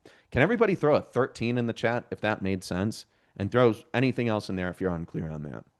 So the cost seg study is the study that you get from a cost segregation study company or an engineer who works there that spits back the value that can be accelerated into year one for the bonus depreciation that you're trying to take. The average duration of stay at the property is something that needs to be demonstrated to the IRS if they ask, but you'll typically export your reservation history. So that one's, you don't even have to like substantiate that. You just give the exported list of all the reservations. They're just trying to assess that you weren't doing passive activity, running it as a long-term rental and trying to like somehow take short-term rental bonus depreciation on it incorrectly. They just want to see that you're actually running it actively. So that's how those two things are kind of siloed. They're separate from each other. They're related to each other and how they apply for your outcome of taking tax benefits on this, but completely separate. They're not interrelated. Cool, guys. Throw a 2 in the chat if you guys would like to hear some special pricing opportunities, and then I'll finish my pitch, and then you guys can do Q&A. So I'll give a special price option to everybody who throws a 2 in the chat, and then for everybody else who's not paying attention, I can just remove everybody else so that we can focus only on the people who are super engaged. Ooh, Naveen's been waiting. He's like, I knew I've been waiting for the right opportunity to save a couple $1,000s. Yeah, nice. I'm on 2. Yeah. Okay, cool. Awesome. All right, guys, get those 2s in there. If you didn't throw a 2 in here, I'm just going to manually remove you. Again, I'm going to try and reward the people who've actually been engaged. So I'm going to start getting rid of people. So unlicensed room, you're gone. Did I see anything from Todd's not even in here, so Todd's gone. Cool, I'm going to get only for everybody who's engaged. Sam, did I see you in here? Sam, you're good. Ramen, did I see you in here? Oh, Ramen. You gotta throw that 2 in here. You're gonna get. Oh, I see it in here. Sorry, I did that. He's like, oh, you son of a. Sorry, my bad. I didn't mean to skip over you. Okay, Puneet, I see you in here. He's like, hey, don't leave me. Naveen is good. Moji, I don't know if I saw you. GB said, what if we bought 2 properties? I'll definitely charge you twice. Okay, I think this is everybody else. Lisa, you engaged on here? Lisa, for some reason I'm having a hard time seeing all you guys. Okay, I might not see Lisa, but I think everybody else is on here. All right, cool, guys. Let me see if I have slides for this. Any other questions before we dive in? Because I'm about to hard close you guys. So get your credit cards ready. Any other topics that you guys want clarity on? So we clear on the scope of the deliverables. Number 1 is we'll help you guys find and negotiate the deals. We're finding right now we're finding around 12 to 16 per week. I think in about 2 weeks from now, we'll probably only find like 4 to 8 new ones. But we still have more available deals that work. They pass all the litmus tests that we need them to pass. And we only send stuff to clients that is actually going to cash flow, good cash on cash return, is compliant. So no shortage of deals there. Amanda was saying on creative finance deals with lower interest rate, lower money down. Does that generally involve a larger balloon payment, a large balloon payment? Not necessarily. What most sellers want, it depends. If it's a seller finance note, that's a note between you and the seller directly. They're always amortized over 30-year periods. Specifically, those will probably have like a 10, 7, or a 5-year balloon payment. If it's a larger seller finance note, that typically means you're probably going to refinance the property, 6 to 12 months or maybe the month of the date that the balloon payment is owed due. But also, we will typically let sellers know, hey, if the home hasn't like gone up 15, 20, 25% in value by that time, in order for us to qualify for a cash out refi, this is just going to extend another 12 months until we can. So the seller isn't going to foreclose on themselves to get their 20, 25, 30% seller financed amount. It's like they kind of don't have any options. So even if there is like a specific balloon date, it's always flexible. And like sometimes you'll have a seller who's like, hey, I really want this right now, but you can just call me and I'll be like, hey, Amanda literally doesn't have the cash on hand to make this happen. And because she can't finance the property to fund the transaction, your only choice is to foreclose. And you would foreclose on yourself. You're in second position. You are not getting any of these proceeds when this property goes up for, a probate auction or whatever. Like it literally makes no sense for you to do this. So I wouldn't be too concerned about that. Again, everything is heavily in the favor of the buyer with all this stuff. Are those able to then be financed when that large amount comes due? I'm not sure what that question means. And then also, what is the exit strategy when you decide to sell a property to avoid the capital gains tax? You could probably explore a couple different options. You could sell it on same or similar terms and then 1031 exchange the property in or the proceeds from that property into another property. You could just not sell. That would be ideal. I've literally only sold 2 homes to date. And I just had a partner buy out my equity on those homes, literally purely because I just wanted extra capital to be able to fund, I think it was 2 other deals at the very end of last year.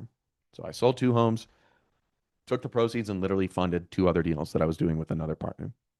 But other than that, I don't want to sell anything. But you would do a 1031 exchange. If you sell a property, you're walking away with 180,000 proceeds net on that deal. You'd probably deploy 180 into a 650,000 to $1.2 million home if you were doing it with us and you were buying stuff with low money down. Moji, how do we find a multifamily or how do we fund a multifamily? I don't do multifamily. You would get a 70% commercial loan product, full doc, or a DSCR loan product. You're gonna have to put like minimum 25. I think minimum it's 30% down right now for all multifamily loans. DSCR maybe there's like a 25% one. Sam, is your fee per property? Yep. So all right, I'm gonna pitch you guys. So we will help you guys. Number one, find and negotiate a deal. So this is the scenario where we're typically on average saving you guys $60,000 to $180,000 on your own.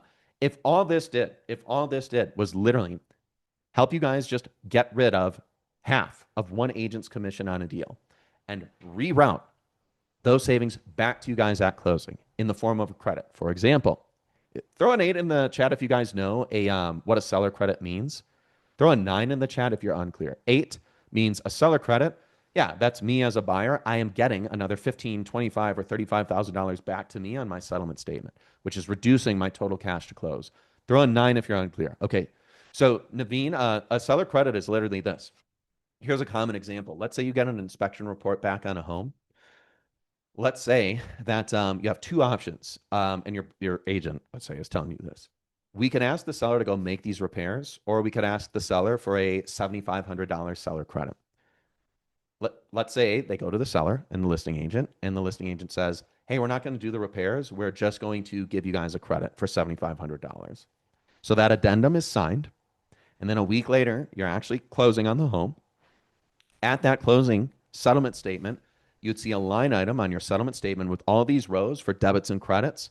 So things that are coming out of the seller's pocket, things that are coming out of the buyer's pocket, and everybody is funding something on the transaction. The seller still has to cover seller closing costs. Seller has to cover seller's agent commission, sometimes buyer's agent commission. So the buyer, they're getting back an additional $9,500, or it's being reduced off of their total settlement statement. It reduces their cash to close. So not even me, I can't take credit for this. Brian actually was the one who does a brilliant job with this. Just like I mentioned in 2021, I literally skip traced the seller's phone number. I was like, hey, I found this deal. You're talking to me. Our agents are sitting, drinking coffee and smoking cigarettes over there right now while we're actually doing the work on this Sunday morning. If I submitted an offer and I said that I wasn't really going to pay any buyer's agent commission, and you also had to have your listing agent accept this offer, could you talk to them about saying, hey, the only way Nick is going to be able to submit this offer is if you agree to drop your listing agent fee commission to 1.5% in exchange for Nick getting a 15% or $15,000 seller credit. And this listing agent was pissed. She called me. She's like, hey, I'm going to report you to the National Association of Realtors. I said, bitch, I'm not a realtor. So I don't need to talk to you because you're not doing anything. I found this deal. I'm not using a realtor. I don't want to use a realtor. I did end up having to, by law, use a realtor because both of them stayed on the deal. So anyway, that is it. Again, if all this program did, so I'm going to give you guys two options. It's a $22,500 split pay option. I'll do $9,500 up front, and I believe that's $13,000 on the back end. So I'll give you guys a slight discount there. Or if you guys, and this is only for today. This is one time today stuff. So if we get on another call Monday, Tuesday, Wednesday, you guys are like, hey, I want to do this. Tough luck. I'll give you guys 24 hours. I'll give you guys until tomorrow. It's 22,500. It's 9,500 up front. 13,000 is due the day after you close, and it's for one successful closing on a property. Or, and this is literally the lowest I have given anybody ever, because I'm trying my first webinar and I actually want to see how it does. I did like 30% of the webinar, by the way. I just ended up saying, fuck it, let's just do group Q&A stuff. I'll give it to you guys for 20 grand paid in full. So 22,500, it's split into two payments, 9,500 upfront, and then 13,000 due the day after you close. So that's the two pay route. And then 22,000 would be specifically the pay in full option. And what I'll do for you guys here is I'm going to drop my email in here. No fancy automations, nothing crazy, just an email address and my phone number. If I can get it right. Make sure you guys are copying that stuff down. If you don't have your phone or you're on your phone, just pull up your notepad and write the stuff in there. I'll drop it in here a couple more times before the end of the call. It's nick@mybnbaccelerator. All you guys should have my email because I sent you an invites. And then you can either text back our business line, the automated line that I was texting you guys the invitation from today. That was everything there. Or that was my business line there. And then my email. You guys should have my email. So just text any of those back, and I'll make sure I'm responsive towards the end of the day because I'm going to spend another 2.5 hours just reviewing deals that we're going to drop to clients tonight and tomorrow. That's deliverable number one is making sure we will do everything up until the point of finding, negotiating, and then helping you guys go under contract on a home. Our team, will, again, do the work that most agents will lazily, begrudgingly do for you guys or not even support with you guys. They'll be like, oh, you need an inspection? What? We will order the inspection. We will order your insurance quotes for you. We will help all the communication back and forth with the title company. That will be us handling that. We will order the settlement statements. We will correct the settlement statements and make sure you guys aren't double paying, overpaying on stuff. And then we will order a notary to you guys to close. So my team internally will do all that stuff for you. Throw 7 in the chat if you guys are clear on the scope of what this pillar or this deliverable is. So we will help find and negotiate deals, my team. And Naveen asked, so you are promising seller credit at closing or optional? Why would it be optional? If we're going under contract or we're submitting offers, hell yeah, we're putting in credits on there. So on average, we're getting $15,000, $25,000, $35,000, $45,000 seller credits. In some states, we're doing the upper limit on what is the maximum compliant amount that the state allows you to do a credit on, which in some states it's like 3.5%. So in the Poconos in Pennsylvania, for example, we have a home that's like an $890,000 offer price, and we'll probably get like a I think 30% or 30K. What is it? 27, 28K is what the maximum seller credit is that we can possibly do. Are you going above asking price to get the seller credit? No. So Amanda, here's the best part. The cool thing about this is we only get credits on homes that we're doing conventional loan products on. So when we use a secondary home loan product, for example, like a 10% down payment, 90% loan to value, 10% down, it's subject to an appraisal. So we're going to win twice. So here's the best part about this. Sellers want to win on price. So when you submit an offer price or their asking price and you counter it, we can still submit like 5, 10, 15K lower than whatever their offer price is. We guarantee that we're getting the credit, right? So 15, 25, 35, whatever, that's guaranteed in writing. There is still an appraisal on those homes. Again, this is for homes with conventional. This is not creative. This is conventional loan products. We still get loans on, or I'm sorry, we still get appraisals on those homes. So if the home under appraises, after the appraisal comes back, so let's say we were buying a $585,000 home and the offer price was $585 and we put it in $580, whatever. If the home appraises for $535, the seller is obligated to come down to that purchase price or we can walk away. 9 times out of 10, they're coming down to that purchase price because everything is under appraising. So that's how we win twice. Does that make sense? So if you could pre-negotiate a seller credit and then the home actually under appraises, well, we just won twice. If the home over appraised, you'd also win twice because now you're buying the home for less than fair market value. So that's how we win multiple times over. But yeah, right now you don't need to be negotiating hard with sellers on, well, I want to give you 520 instead of 580. And they're like, no, 535 minimum. Like, well, all we can do is 515. It's like none of that. It's just like, hey, the only thing we need is like seller credit to make sure that we can cover all our post-close costs. So Naveen, it's pretty much guaranteed because we're going to submit the offer with it. So for a conventional deal, yes. And then Amanda, that was how we're solving for it. We're definitely not going above asking price to get a seller credit. Dave, how do I get comfortable buying the program if I haven't seen any deals info? Shoot me an email and I'll send you a bunch of deals. We can also look through a few of them once everybody else gets their questions asked here. GB, some states need non-refundable due diligence fees. Who pays for those? That's not true.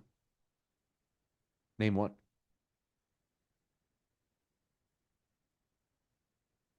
GB? Yeah, so there's a due diligence period. I think what you're referring to is earnest money. Everybody's earnest money is refundable. There is no state where it's like your earnest money goes hard. That's not true. It's not accurate, unless I'm misinterpreting something. Naveen, what about co-host property managing, co-host, or we manage on our own? So first deliverable is everything that I shared. So finding the deal, like boom, congratulations, Naveen just closed today, Sunday, August 24th. Property is yours. Pillar two is where we help with everything to maximize cash flow. So right before the closing and then right as soon as you close, all these things start happening. Number one, I will personally sit with you on a 2-call design call guide. So 60-minute design call right before you close, around 3 to 7 days prior. It's just literally pulling up the matrix of every other home that's performing in the area. I already do this in my deal video breakdowns. And for the gentleman who was curious about looking at the specific deal types that we have available right now, we can start looking through some of them right after this. We'll put 60 minutes on the calendar for us to build out like probably 80, 85, 90% of everything that's going to go into the home in the exterior and then the interior post close. You will close on the home. We'll do another 30-minute call just to recap. And then from there, be like, hey, we've got like 85, 90, 95% of everything pretty dialed in on what we're going to do at the home. My team will go and find the landscapers, find the general contractors, and schedule them to go and be at the property the same weekend that you and your spouse will likely be there. So that's the first thing for cash flow. The next thing is around 1 or 2 weeks later when everything is done, we'll also support by getting a quality photographer into the property. The co-host will also help us with this so that they have like 1 or 2 days to restage the property, retake photos, just make sure everything is looking amazing so that you're not losing out on an easy 5 to 25 grand a year just by having really crappy photos. That's a super easy one. And then the third item is specifically, we will pair you up with a proven co-host who's going to manage everything. So co-hosts are going to be managing all the revenue management. So they're going to create the listings and then help optimize the listings. They will also manage the guest communications. So all the back and forth with the guests, people who want to make reservations, who are checking in, who are at the property, who are leaving, they're going to handle all that. And then the third item is team management. So they're going to work with all the vendors, like the cleaning teams, like landscaping teams who sometimes need to come in and cut the grass, spa maintenance, like pool stuff, hot tub cleaning stuff, everything related to a handyman or an electrician or a plumber who needs to come in every so often, do small wear and tear repair stuff. That's what a co-host is. So we will support you guys with the introductions and the handoffs to every single one of those people. Again, keeping pretty much everything 95% done for you along the way. You're not quarterbacking or heavily coordinating any of this stuff. We will take care of it. And the third pillar is all about maximizing the tax benefits. So we'll introduce you to the right CPA or multiple CPAs if you guys would like to have multiple intros. And also specifically, we'll introduce you to a cost segregation study company. I did a group call, I think it was Sunday last week. Isaac randomly was on my email list. He owns UnitedTaxAdvisors.com. They're a great cost seg study company. They give you the rates that are the stuff that I said earlier in the call, not the 100%, 200%, 300% upcharge rates. So if you guys have questions about any of those topics, so finding and negotiating deals and helping you guys close, the introduction to the co-host team, and then even prior to that, the photographer, and even prior to that, landscaping team, general contractors, like all the teams are going to need to do the stuff for you. And then the third one is the introduction to the CPA and cost seg study companies. So I will make sure that I'm giving you guys clarity on the rest of your questions right now. Dave, so yeah, we'll look at deals right after this. GB, so some states need non-refundable due diligence fees. North Carolina, dude, I don't think that's the case. I think everybody's EMD is refundable. There are definitely some listing agents who will use that brokerage purchase contract that they have in their freaking template that says these fees are non-negotiable and they're hard as soon as you go under contract. We've never done that. If they use a contract like that, we make them sign an addendum that indicates there are no brokerage fees or there are no hard earnest money fees or there are no hard due diligence fees. I know what you're referring to. I think it's like $350 to $1,500, but no, we would put an addendum out there and make sure we're not paying them. What about co-host property management cost, or we manage on our own? Naveen, I just clarified that. We'll definitely pair you up with a co-host. Amanda, earnest money is just if you're buying a $400,000 home, typically the title company and the purchase contract will indicate that you have to pay 1% earnest money deposit 2 to 3 days after the day you go under contract. So, for example, that would be like wiring $4,000 to the title company a day or 2 days or 3 days after you go under contract, and that money will be applied towards your down payment when you close. Or for whatever reason, if you pull out of the deal and you did it compliantly, it would come back to you. If you missed a deadline, it would go to the seller in exchange for basically all the work the title company was doing. So earnest money deposit. It's super common on every single deal. Sam, we can see the deals prior to buying into the program. I mean, we can look at some right now, but like I'm saying, we're finding new deals literally every week. So if you guys are curious, we can absolutely look at some of those shortly. Can you show annual summary report of one of the property on Airbnb? Yep, I'll do that right now. I'll do that when we're looking at existing deals as well. Like to stick around and see the deals for Amanda. Cool. And then GB, by the way, I cannot see any available Calendly spots for first week in September. However, I'm traveling all week. Just email me, guys. Again, my email address. If you, I only let my calendar out a certain number of days into the future. It's not like it goes into next month. So just email me if you guys are trying to grab another time. Naveen, this cost covers all pillars you just spoke about. Yes, so you will pay our company either one time, 20 grand, or the two pay for the 22,500. And again, that's just one time today. I'll get you guys an agreement right after this. Everybody should give me an email right after this. If there's anything, email me after this call to confirm you were on this call so I can get you your special agreement and payment structure. There we go. All right.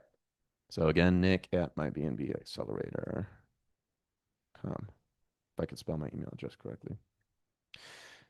So GB, just email me and we can manually grab a time. Naveen, so yes, you're obviously covering your own inspection costs, inspection report costs, your own down payment, your own closing costs, everything post-close. You're paying the photographers, you're paying the cost segregation study companies, you're paying your own CPA to do your own tax return stuff. Sam, if we bind to the program, is there time limit on when we have to choose a property and close by? Nope. So everything is indefinite. Around 50% of clients, they will be under contract on a home within 15 to 30 days of working with us or starting the onboarding call. Around 25% go under contract within around like 7 or 8 days. And then another 25% take more than a month, more than 2 months. We have some people who've literally enrolled to the program beginning of this year. And they said, hey, we had a family emergency, we had this thing. And now they're starting to come back around and recognizing, hey, I'm finally ready to actually move on something here. So it doesn't really matter. The timeline is just however fast or however slow you want to move, we'll certainly accommodate. We're literally here every single week finding new deals. So hopefully you don't take too long. I'd ideally like to get you under contract on something in September and close in October. So you can be live in October, November. And then swimming pool mandatory in the house you buy. No, swimming pool is not mandatory. There are a lot of homes and especially markets where we don't have any pools in any of those areas. So let's take a look at existing deals. So is there a new fee for every house? Yes, Daryl, it's per each individual home. So let's just focus on doing one together. And then once we nail that one, we can obviously start talking about additional ones. But this discounted structure, I will also struggle to get you that discounted structure on your next one. But I will grandfather you guys in. Whatever you do on this first one, this is the lowest advertised price that I've ever provided. We can make that work for you guys. Let me make sure I'm sharing the correct screen. So let's do existing deals. So I'll show for the one person who asked, let's start with this. So here are some existing deals. And then what I'll do in real time is there is actually one. I believe this is my Tommy home. 168 Laurel. This is the home that was actually doing $180,000 in the last 12 months. So in addition to, as I have to re-sign in, let me get everything logged in here. In addition to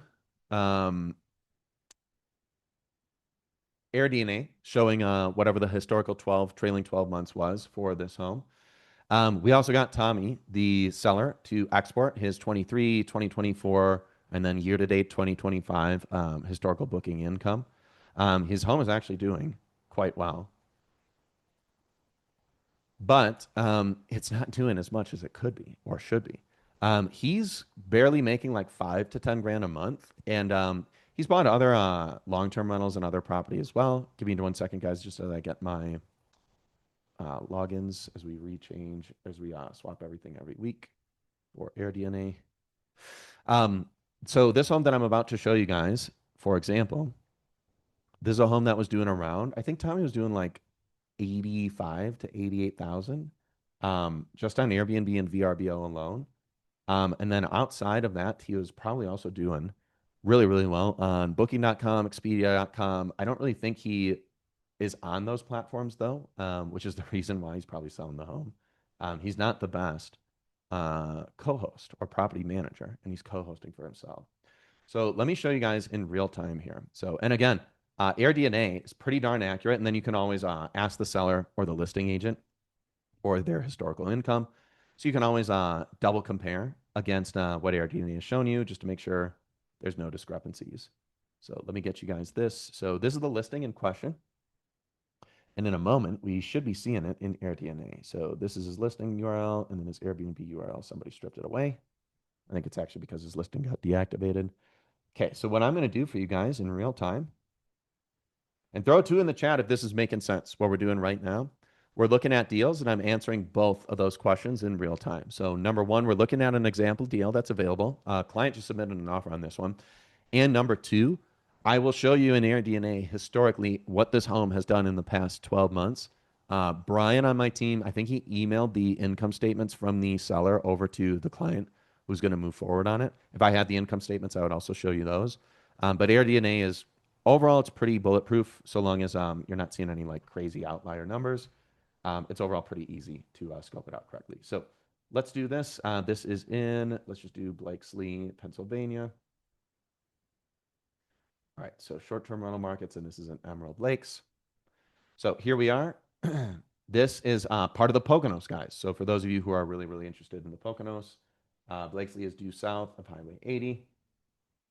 So let me get this pulled up. And I think we're right next to Long Pond. I got to remember this little market here. Give me 1 second as I pull this up. Okay, here we go. All right, cool. All right, so let me just click over to here. And this is the only tedious part that I dislike about using AirDNA. All right, Lake Harmony, and I think we're due Easter. Okay, so here we are. All right, so check out what I get to do. At first, I'm just going to draw everything around this market. I think Tommy's is I feel like it's 5 or 6 bedrooms, 7 beds. Okay, so right-hand side, again, is AirDNA. So this is showing you guys everything. This is going to obviously accommodate 10 plus people. And then let's look at all. In fact, I think I'll go 1 bedroom smaller and 1 bedroom larger out here just to make sure that there are actually enough comps that we can look at. Okay, so those are starting to populate. Any bathroom counts, so that's fine.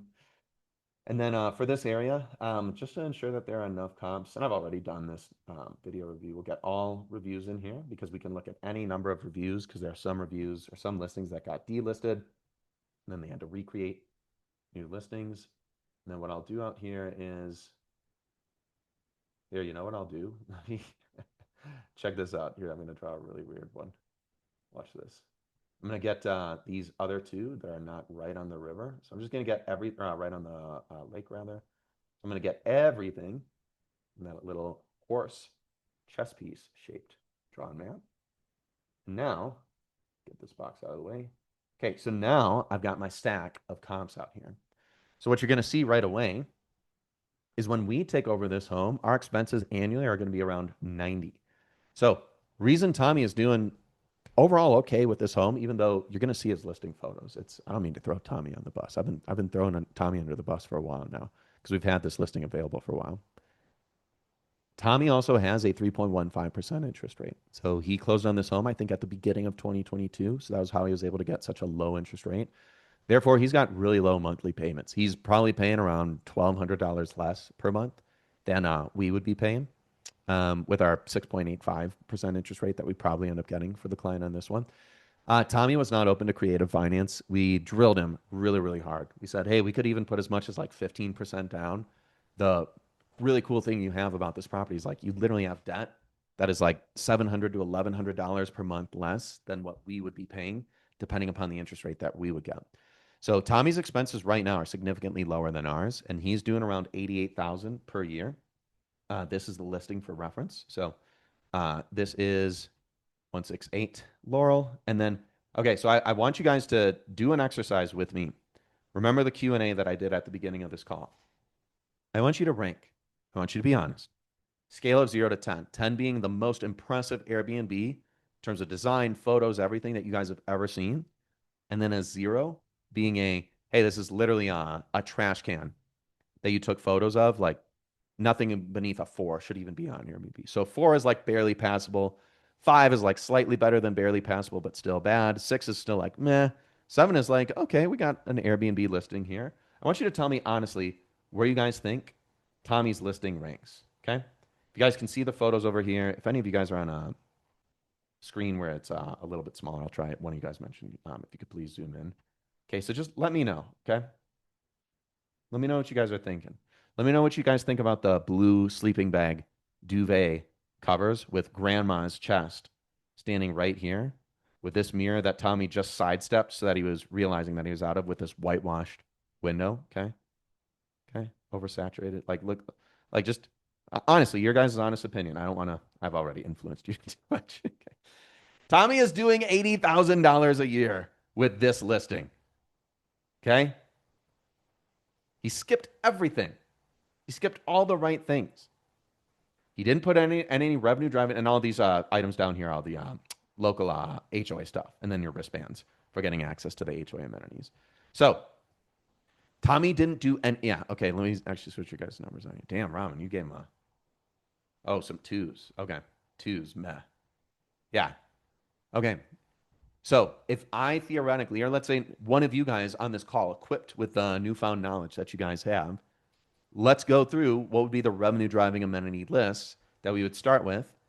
We would first off, we're going to do a putting green at this place. So when I look at all the other comps, and if you guys are interested, I can give you. I'm pretty sure I did a video breakdown twice on this one. I'll give you either of the video breakdowns. But we have a client who's going to go under contract on this one, hopefully Monday. I'm sure it might actually it might be. I'm actually really curious. I'm sidestepping here. Oh no, it's still active. So yeah, Tommy agent still hasn't technically taken this off market yet. So I'm wondering what's the deal. I would go through this order of operations and I'll show it on the screen here. So this is exactly what we're going to do for the client here. So in my video breakdown, which I will give to you guys after this, I've already highlighted. So we've got a $15,000 seller credit, and I think actually it's going to max out at whatever 15% of 15 of this is. Oops, one extra zero in there. Oops, not 15%. I'm sorry, 3%. Jesus. Okay. So around 18,600. It's the maximum seller credit that we can do in the Poconos in Pennsylvania. So Brian estimated around 15. I think it's going to end up being back at like 18,000. So anyway, the client, they can do one of two options. They could put 10% down or put 15% down. I see they're putting some of their edits in here. So 15% down means a slightly larger down payment, but it's also going to mean slightly lower mortgage payments because the loan amount is going to go down by around 5%. So anyway, the amenities. So this is where I budgeted closer to 50 grand for us to enhance everything in Tommy's home. So startup and renovation costs. This is literally just time for a general contractor or multiple general contractor teams to come in and do everything in the interior. Okay. Furnishing and design stuff. I think a lot of you guys noted and highlighted this as well. We kind of got to order a little bit to maybe a little more than a little bit furniture to replace a lot of this stuff. So for example, let me actually zoom out here so I can show this to you guys. We definitely need to upgrade the dining room table. So this is literally a 7-bedroom, 3,800 square foot home. So we should comfortably be able to sleep 16 to 20 people in something like this. And that's how we're going to command. On weekends, we're probably going to charge close to like 900, maybe 1,000 per night if we get lucky. But I think we will be able to in the first year. So this one's going to do really well. But the furnishing budget, I think I highlighted this in here. Yep, here we go. So I'll just read off of it. So living room, dining room, like we need a table that can comfortably sleep 12 people or sit 12 people. So that was order of operations number one. He has a okay light fixture on top of this one. He does have this table here. I'm not a huge fan of this one. The chairs are painfully uncomfortable. So I think I highlighted also in my video breakdown, we got to replace the chairs. The bedrooms, all of them need new bed frames. He's, again, we just pretty much need to scrap everything he's doing in here. For the Poconos, he actually has halfway decent flooring and ceilings, popcorn ceilings, nothing crazy in here. In the basement, everybody has a drop ceiling in the Poconos. It just is what it is. We'll be installing bunk beds. So the queen bunk beds that I do from my design guide, it's one of these right here. So let me see if I can fast forward over to this. Let me see if it's actually showing up and it's in stock this day. We do a lot of these ones, and then also a lot of clients do a variation of this where it has a little slide out bed on here underneath this. If I get lucky, maybe I can actually find that one on here right now. It's kind of like this, but more so actually like a bunk bed. So anyway, we got the furnishing and design stuff in here, and then a lot of accent wall stuff. If I drag this out, you'll see the rest of the notes in here. And then unique amenity, his big one is going to be he already has a fire pit, which is good. I think he would be getting destroyed if he didn't have the fire pit, and I don't think he recognizes that. The thing that we want him to, or that we do want to do, is there is just a massive, massive driveway and backyard. What we're going to do, and there might be a drone shot here, so if I could show you, I'll let you guys know. We're going to add in the enhanced fire pit is just, it's like 3 hours worth of work. I think we're just going to redig in a different area, relocate it, and then get the big Adirondack chairs, which those chairs are kind of expensive. The biggest expense on this one is going to be the mini putting green. This is what we're going to add in, probably in this driveway area where I think, and also he shows us in his listing photos. Let's go back to the actual listing itself. So we have two options. We can just kind of integrate this middle area right here and then relocate the fire pit over here and then maybe do volleyball pit over here. We have so much space. I think it's just going to be up to the client just to decide how to use it. Again, he's literally got the space to host like 12 to 18 plus cars out here. He does not need that over-indexed driveway. So what we could have the landscaping team do is we could choose this side, which might flow really, really well because this balcony, I think, leads into their kitchen, which is up here. He could do it on the other side. He could do it closer to this patio. I think it would logically make more sense just to do it back here. It's a little more closed off. You got this balcony patio area and then this balcony up here. You got the terrain, whether it's sloped or not. You can maximize probably this space. And then the 2, 3, 4, 5, or 6 cars that need to be in here, they could be, comfortably over here. We could do volleyball pit over here. Just plenty of space to make this one work. So again, to show you guys everything that we just covered, AirDNA, the historical income. So in the last trailing 12 months, 354 days available. On Airbnb and VRBO, it did 80K. If he also had this thing live, if he knew to have this thing live on the other platforms, Booking.com does really, really well in the Poconos. Expedia as well. Expedia is more of just like an aggregator of other platforms. So it'll hyperlink to the Airbnb, hyperlink to the VRBO, hyperlink to the Guesty.com listing URL. And then specifically, the new one is finally Google Vacation Stays is actually starting to rolling out. So that one is going to be super, super exciting. We're probably going to see a lift of around 25 to 35,000 by adding in the $50,000 worth of enhancements on this one. If it were one of the like nicer, newer homes in the area, we probably wouldn't need to, put a budget of like 15 grand in there for the furniture. So it'd be closer to like 35,000 all in that we would need to do to enhance this home. But just because Tommy like really missed the mark on the furniture stuff, we'll spend money on bunk beds. We'll buy another larger dining room table. Probably also include that budget towards some of the accent walls. The client might not end up spending more than 30, 35 grand all in on everything. The really big one swinging variable is just how many days do we want to see, or how many square feet do we want to see the mini putting green shaping out to? So what is the actual size of that going to be? Raman asked, how many days was his property occupied last year? I think his occupancy was also shown in here. The general occupancy average for the market is around 55 to 65%. He's showing 32% occupancy here, but he's also, I think, and this is probably the thing that he's not doing well with, I think he's kind of overcharging for his average daily rate because where I have us at for what I would want to see a co-host nail, I think being closer to 565 is probably right. Because again, like the thing is, he's running a really bad pricing strategy, but he's still doing really, really well. I think also just part of being in the Poconos is a lot of homes out here, they will have lower occupancy because sometimes people will cancel or block off dates last minute because they're also like listing on 6 to 8 other platforms. There are a couple other local ones. They're on Booking.com. They're on Expedia.com, and it kind of wonkifies the occupancy number that we get from AirDNA for what they did historically. On his income reports, I think he was probably closer to like 65% when he exported those and sent them over to Brian and the team before the client actually put in the offer. So we have to take AirDNA data from AirDNA. The most accurate number that they're going to give is the revenue number, which was the 12 months historicals. That number is concrete from 365 days ago to 1 day. How many payouts did Airbnb actually send to the host? That one's always going to be accurate. Occupancy can be a little bit tricky just because people are typically running multiple calendars at once with everything feeding to a guesty master account or property management software or channel manager software. That one is always going to be 100% accurate. So that's why we get both to compare against both and just know what actually was happening in terms of occupancy. Cash on cash range from the properties that you close. So this one is definitely on the kind of middle upper and then high end. I think cash on cash, anything over 15 is like really, really good. This is really, really good cash flow for reference for a home under $1 million in purchase price. Monthly cash flow is obviously very good. Cash on cash return is very, very good.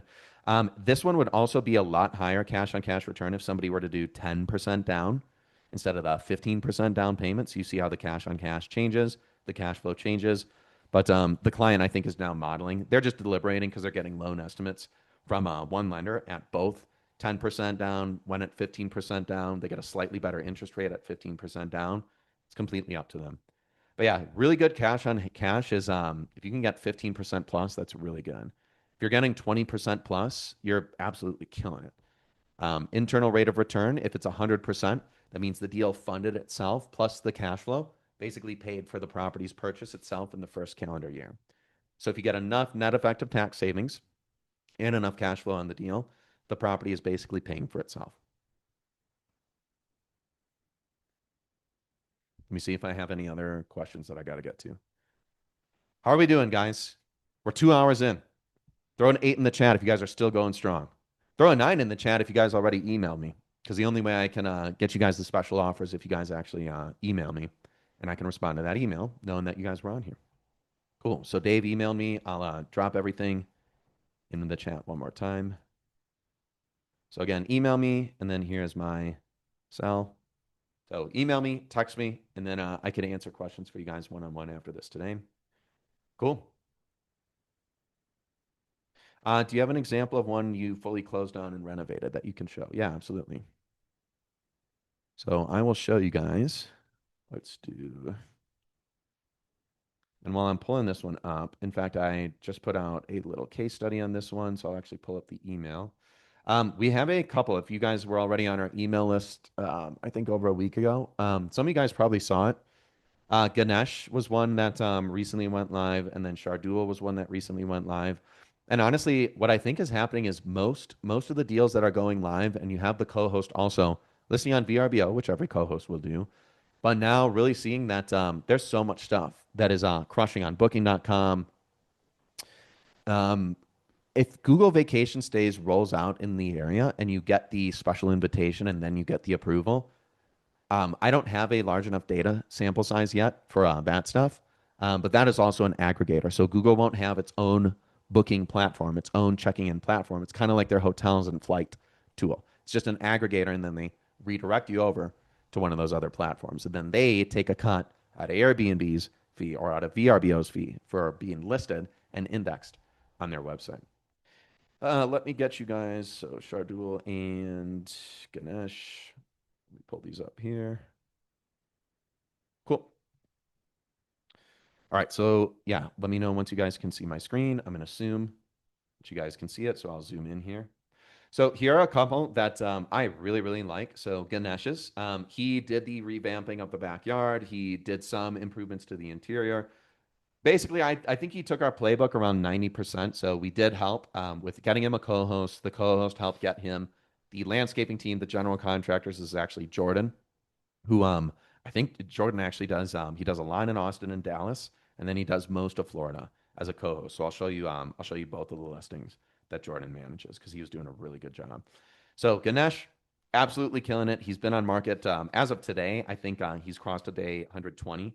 So I think he's just celebrating month number 4. So he's doing quite well. He already collected 26K in revenue off of Airbnb and VRBO.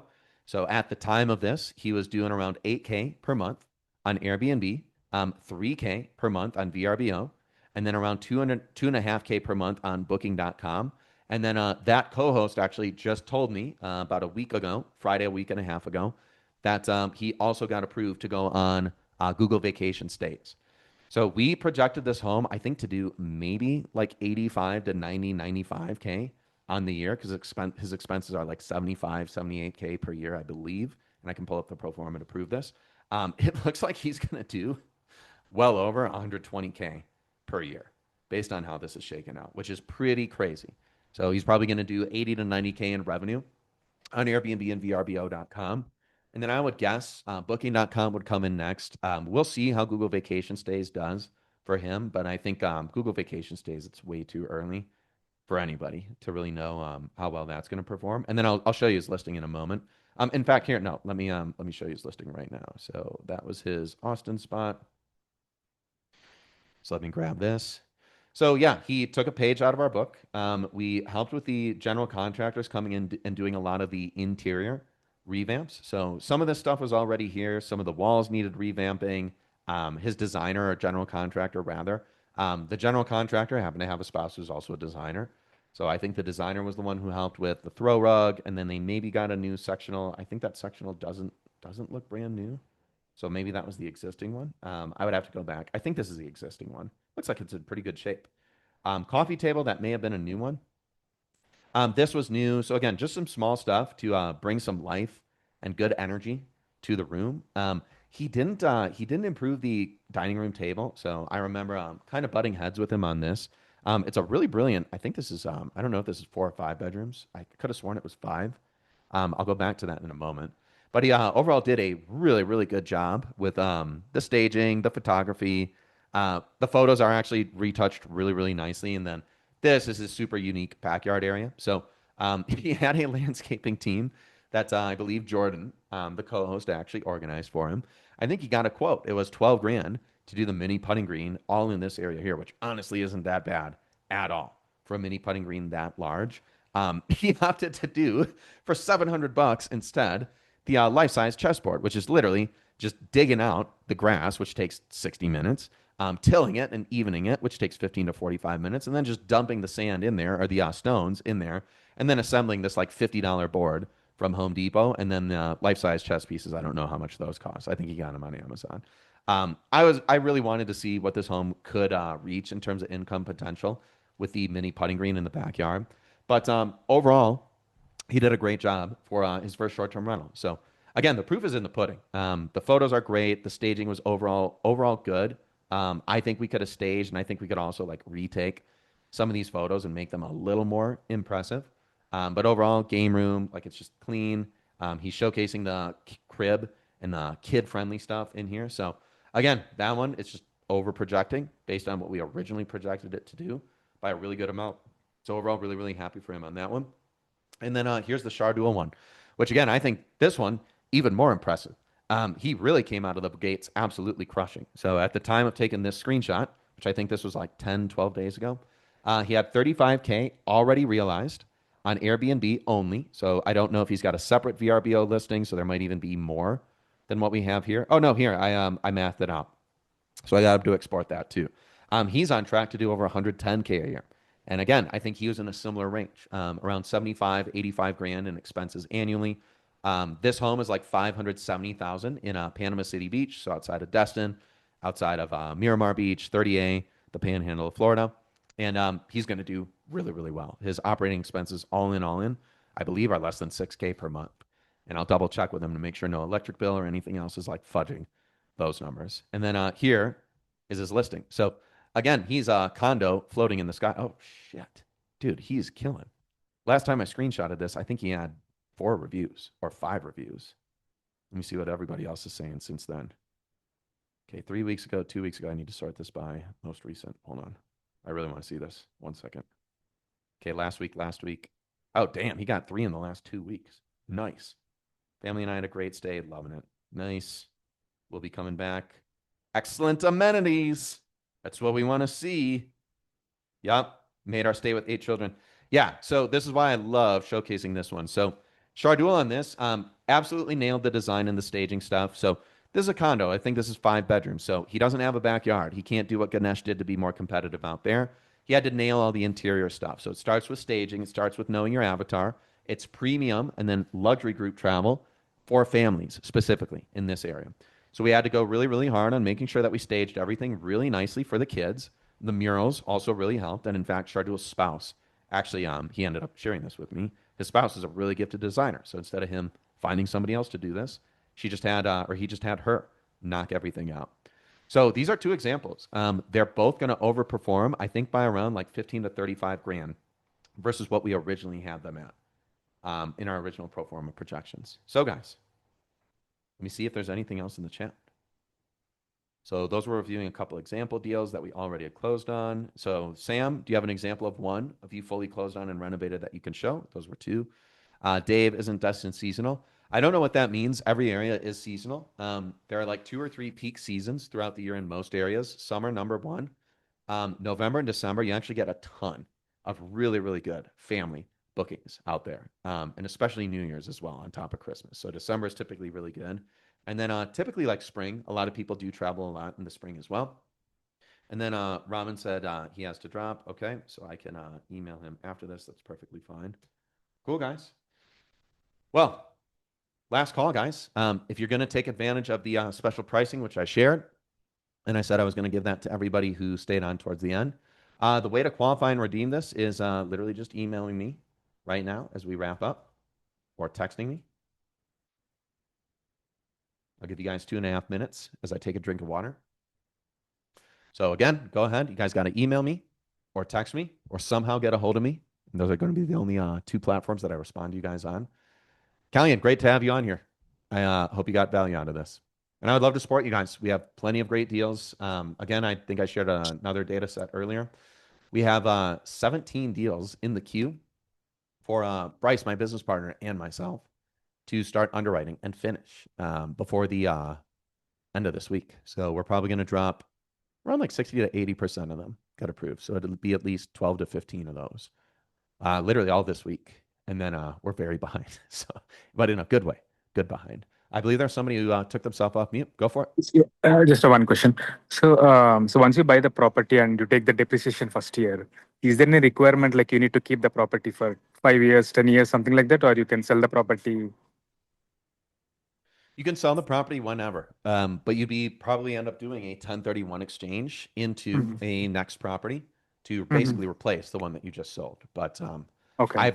I've still yet to see a client who has sold Mm. their property and tried to Okay. do a 1031 exchange. Mm. This year, and I had a few people reach out in the last week. I'm finally, which is really exciting. I'm also going to be doing my first time refinance as well. I and other clients are now about to start heavily, heavily going down the rabbit hole for refinancing, and maybe as early as the next like 2 to 4 weeks here.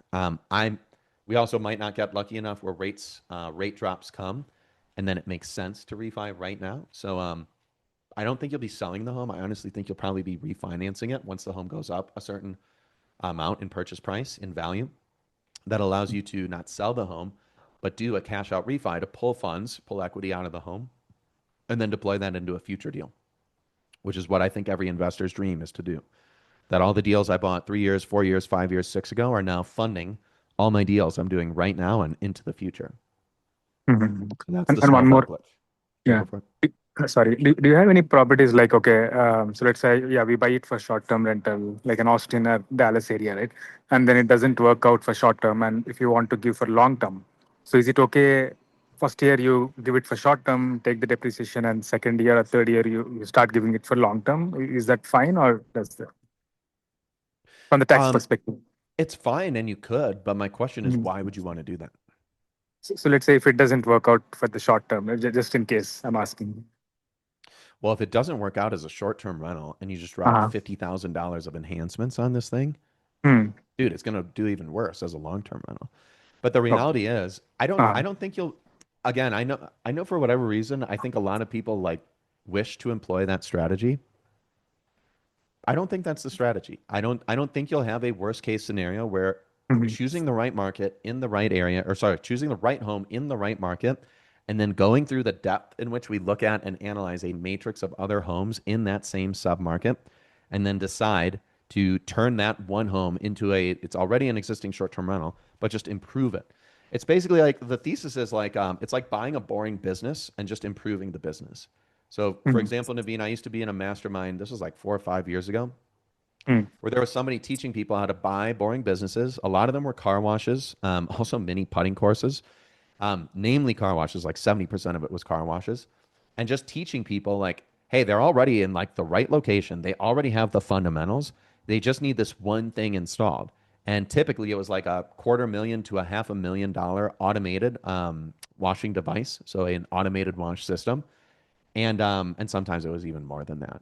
But the way they could finance it and basically get it to pay for themselves, and then charge way, way, way, way more per wash, serve a higher volume of people, and also cut costs with humans.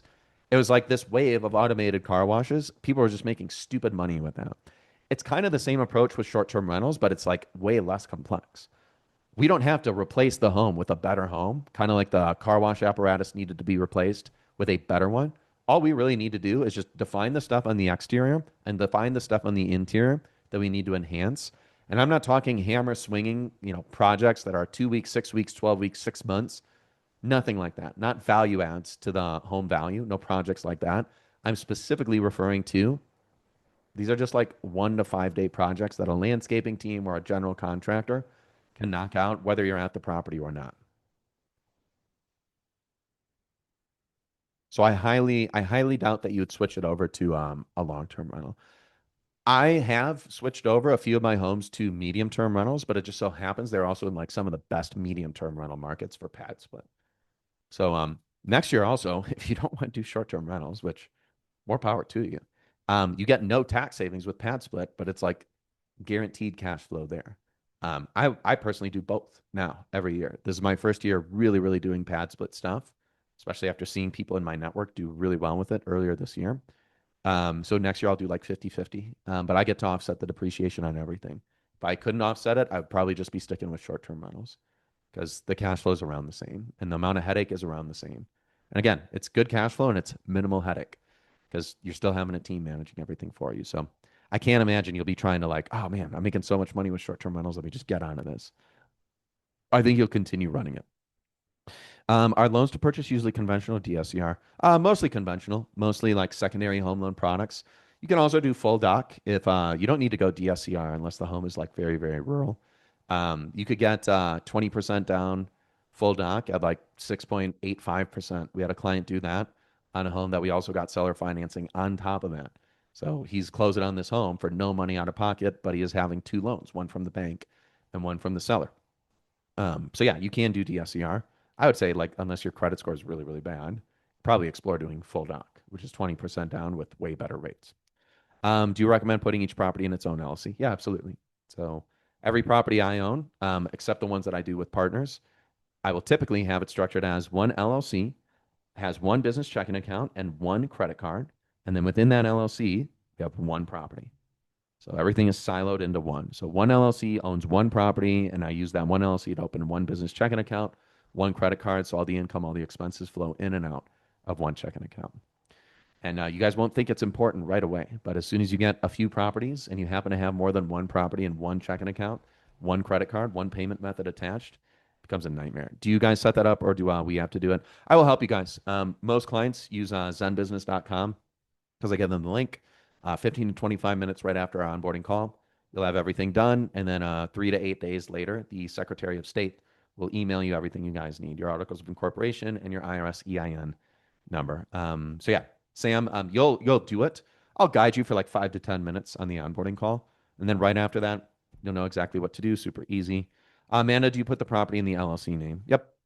Yep. So if you're buying it creatively, you'll definitely close with it in the LLC name. If you're using a secondary home loan product, the secondary home loan is a personal loan product. So it's not an investment loan product. That one will be in your personal name, but you can always quit claim deed the property over to your LLC after the close. So either way, you'll either close with it in the LLC name or you can switch it over. Does insurance cost more for LLC homes? No, not necessarily. The insurance policy that you're going to get is a short-term rental policy. Um, Even with secondary home loans, it's kind of understood that it's more of like a vacation home, so a short-term rental policy makes sense.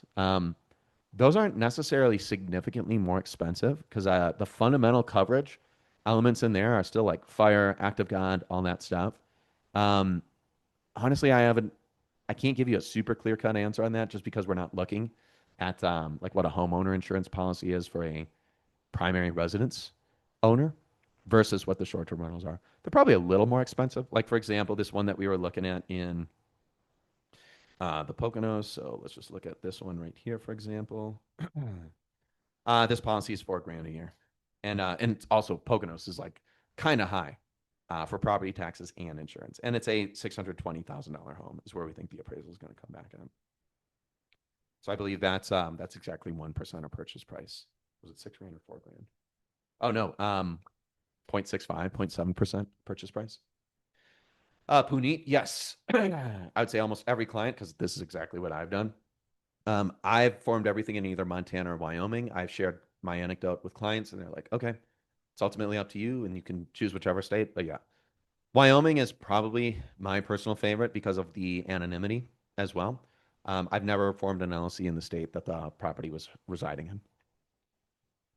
And the only people who do that shit is if they're doing like a 1031 exchange and an irrevocable land trust where you kind of are forced to go that route, or you have some crazy CPA or realtor attorney, real estate attorney who is coaching you.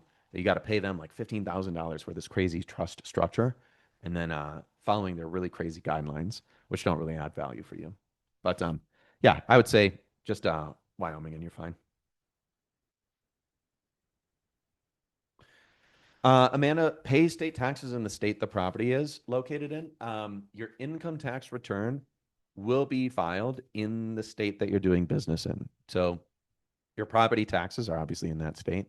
And then I believe it's Nexus law. I'm not a CPA, disclaimer, not a CPA, so don't quote me on this if I get this technically wrong. But I believe it's Nexus law that indicates that the state or the area in which the activity for the business is 90% plus happening in is where you'll end up paying the state tax in. So if you're buying homes in Florida or Texas, for example, you pay zero state tax, which is why a lot of people like to do stuff out there as well. But yeah, your K1 state income tax return, I believe it will be in the state that the property resides in. Because I'm pretty sure it is for all of mine. And I can't see why it would be different for you guys. Okay, cool. All right, guys, we're going to wrap it up. I got to go hang out with my firstborn son and roll in all the dough from all you people who have been paying our fee. Thank you for funding me and my son's diapers. He's pooping a lot. So we really need you guys to step up.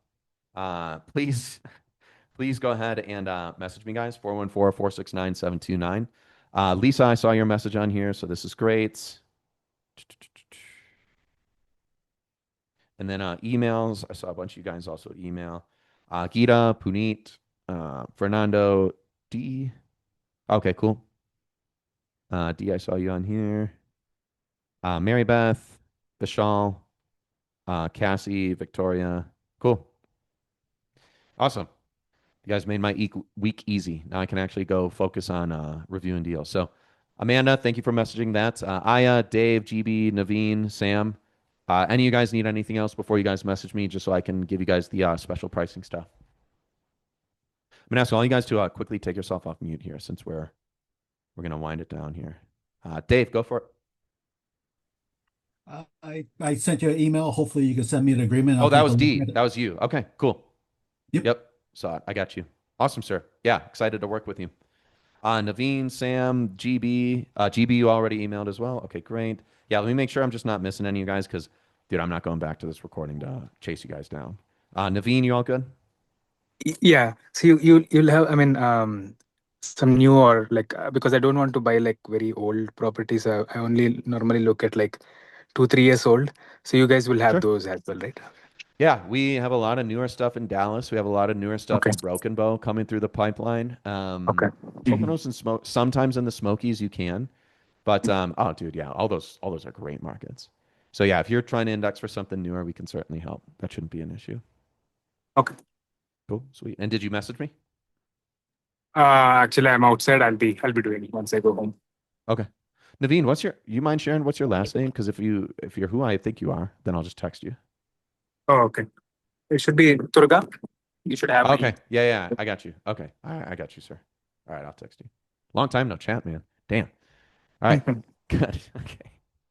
All right, cool. Yeah, let me message you. Where are you? Okay. NKT. There we go. I hid your identity for you. How about that? Hey, Naveen. Okay, cool. I'm messaging you there. Okay. Amanda, I think we're already chatting and communicating, correct? I just going once, going just trying to make sure I don't miss anybody because yeah, thank you guys for staying with me. And again, I could go for another 2.5 hours. The team loves doing this. But I do need to go hang out with my son. I just want to make sure I'm not missing any. Oh, my chat is dying on me. Let me go back to the main chat. Okay. GB good. Sam, I'll be sending email after the call. Sam, you have my email address. And then the 212-059-623 number. I just want to make sure I'm not missing you. Okay, cool. Naveen texted me back. And then I think you were the only one who also didn't message me. I'm just again just staying on here until you guys confirm that you've been in touch with me. Because then I'll take like a 15-30 minute break and I'll get you guys agreements and the payment structure with all the special stuff for you. Cool, guys. Awesome. Thumbs up to all you guys. Amanda said we'll shoot you a message too. Sweet. Okay. Great, guys. Don't delay. We got a few months left on the year. Let's make sure we close it out strong. Would love to help you guys. Awesome. Thank you guys for staying with us and look forward to your emails and texts. Talk to you guys soon. See you guys.